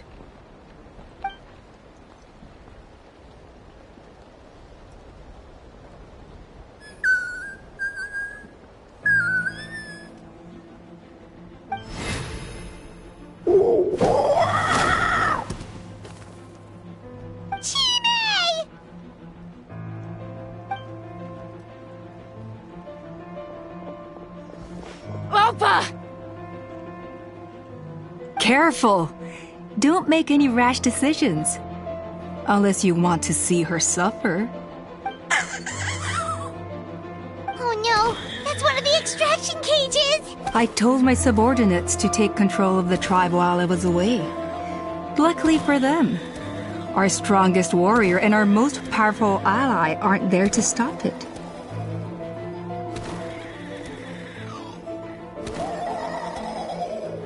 Take control?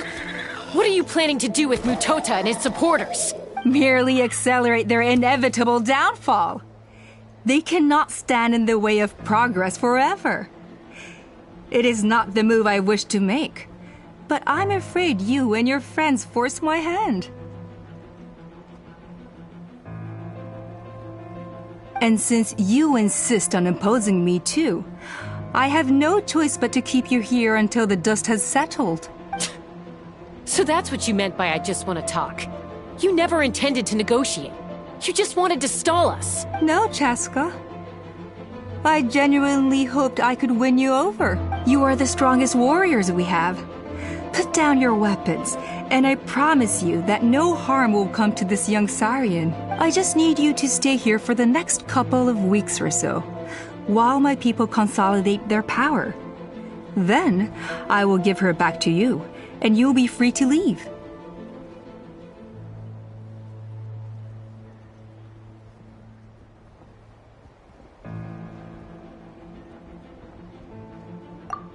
As long as the majority supports our vision, even the Pyro Archon cannot meddle in our internal affairs.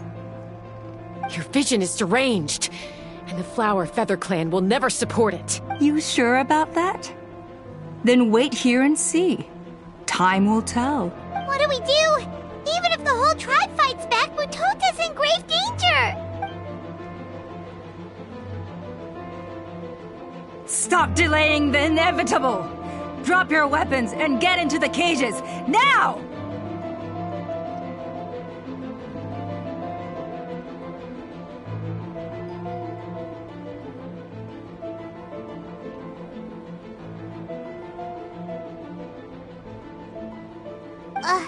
She's still holding Chime hostage. Is there really no other way?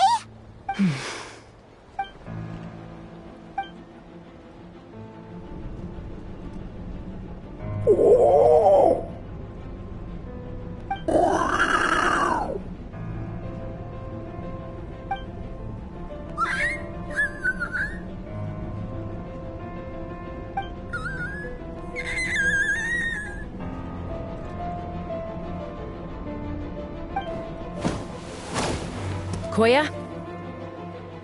Huh? What are you yapping about? Stand down. Drop your weapons, now! This instant! Ah! Ah! No! The relic!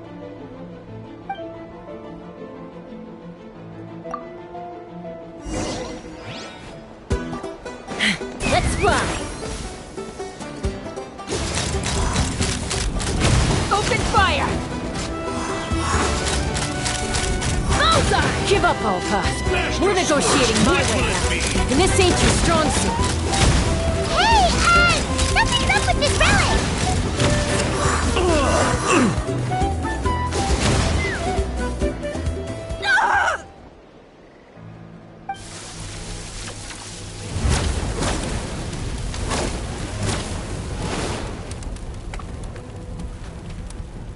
No! What is she doing? She'll bring us all down with her! But why? We stabilized the relic. Maybe it got damaged in the fight. If we don't think of something fast, this whole workshop is gonna fall apart. No. They're directly beneath us. My beloved tribe!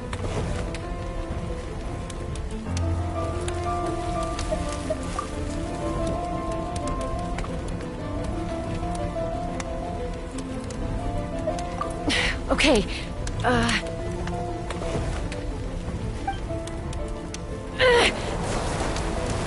it's too powerful. This ain't a toy like last time. I don't think I can just throw it aside.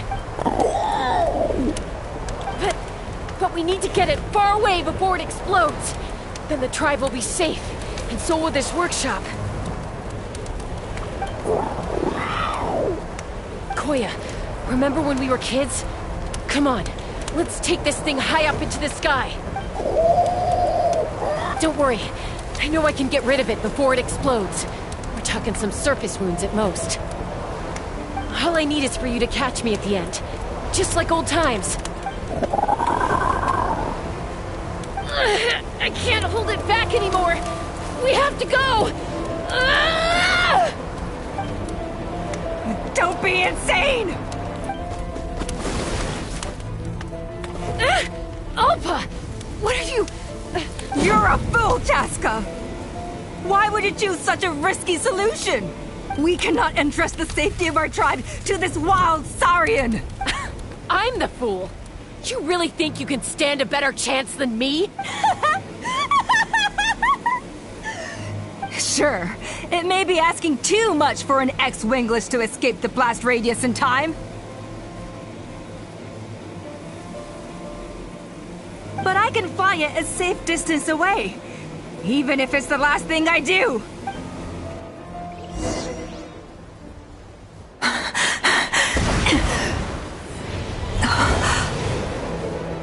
Here, these should be high enough to save the clan. What? You don't get to die a hero today.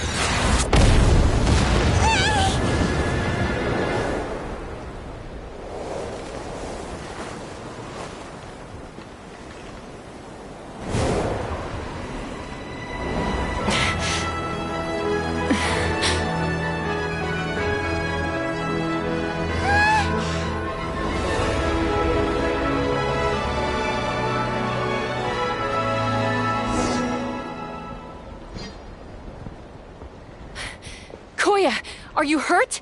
Let me take a look at you. What do you mean, I'm fine?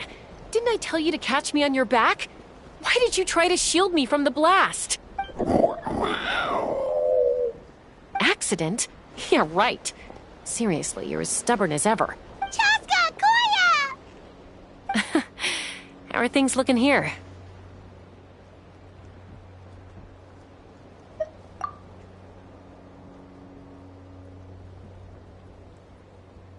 I think that's putting it mildly. I owe you one. Again.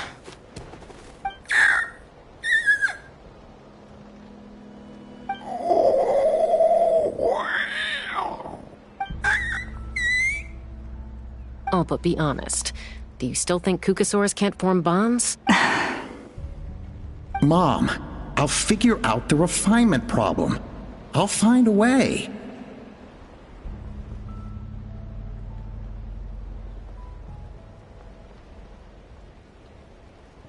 You don't need to worry about it. I just need some more time. That's all I ask. Please just trust me. Just this once.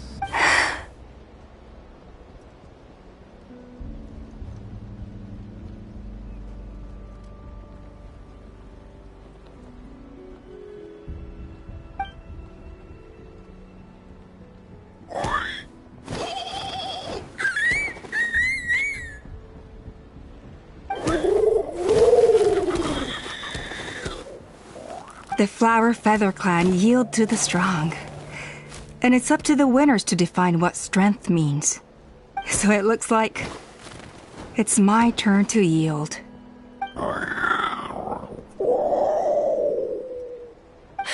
Koya! Koya!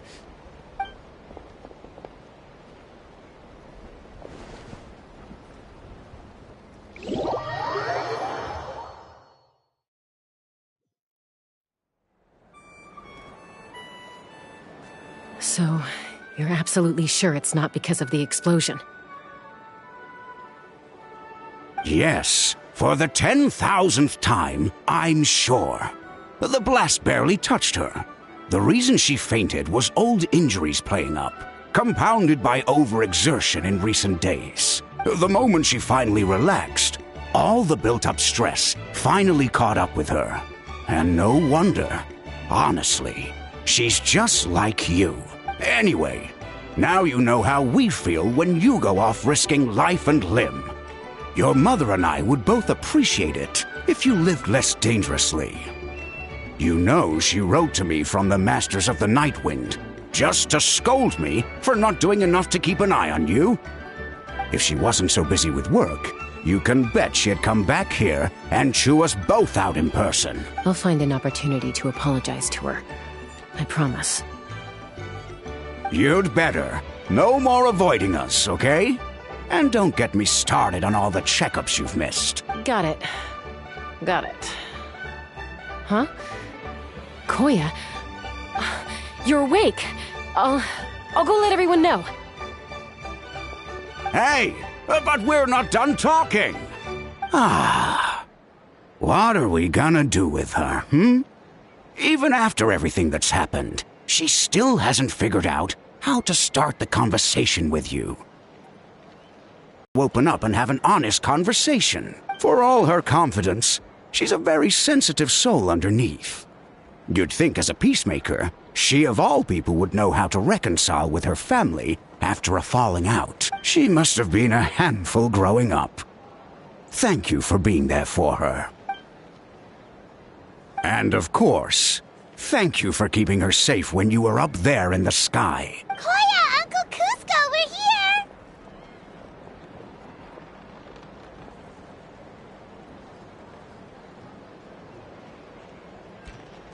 Ha!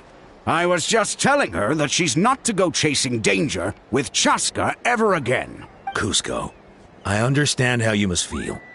But it's all thanks to Koya and Chaska's efforts that the airborne workshop didn't come crashing down on our heads.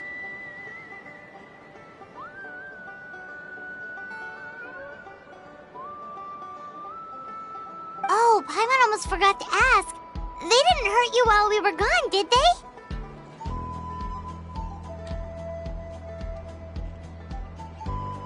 Thankfully, when her co-conspirators tried to arrest me, I was out coaching Koyer and Junan.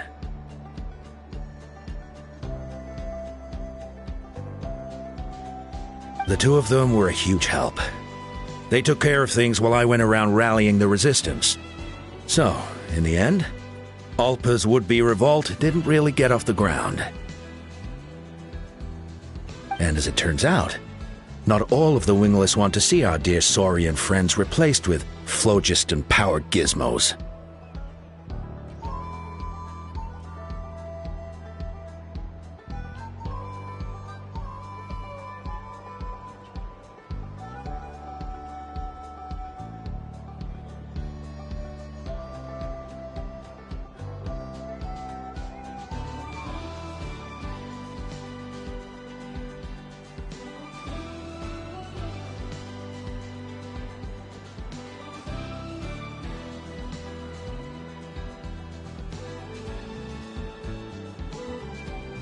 I'm so sorry you got mixed up in this, by the way.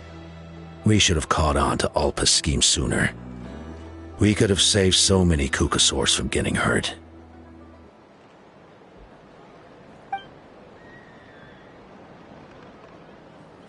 Most of the airborne workshop has now been dismantled. We've just left one small, harmless part intact, and repurposed it as a jail for Alpa and her cronies.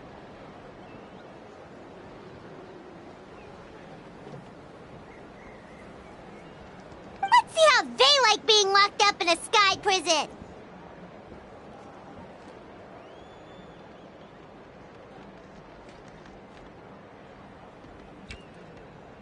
So, it looks like there's just one last conflict left to resolve. Peacemaker, you're up. I said I had to wait until things had blown over, didn't I? And now they have. But I still have no idea what to say. Koya, I just want to say, I'm sorry for how things went down back then.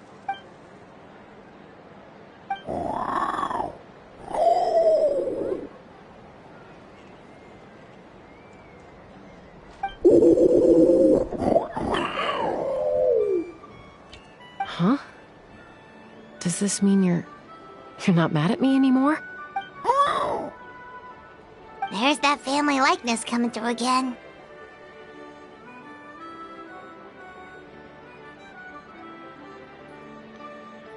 But that day, when we ran into each other...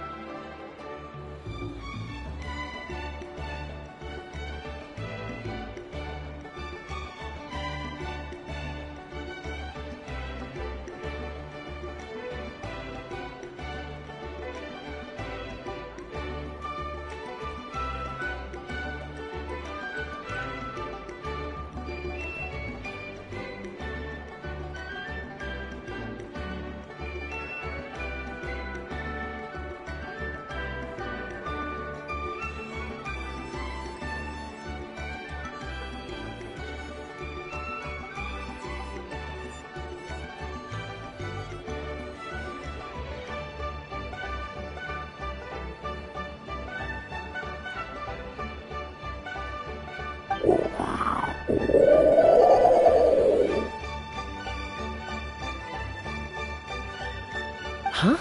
So then, when did you finally make your peace with it?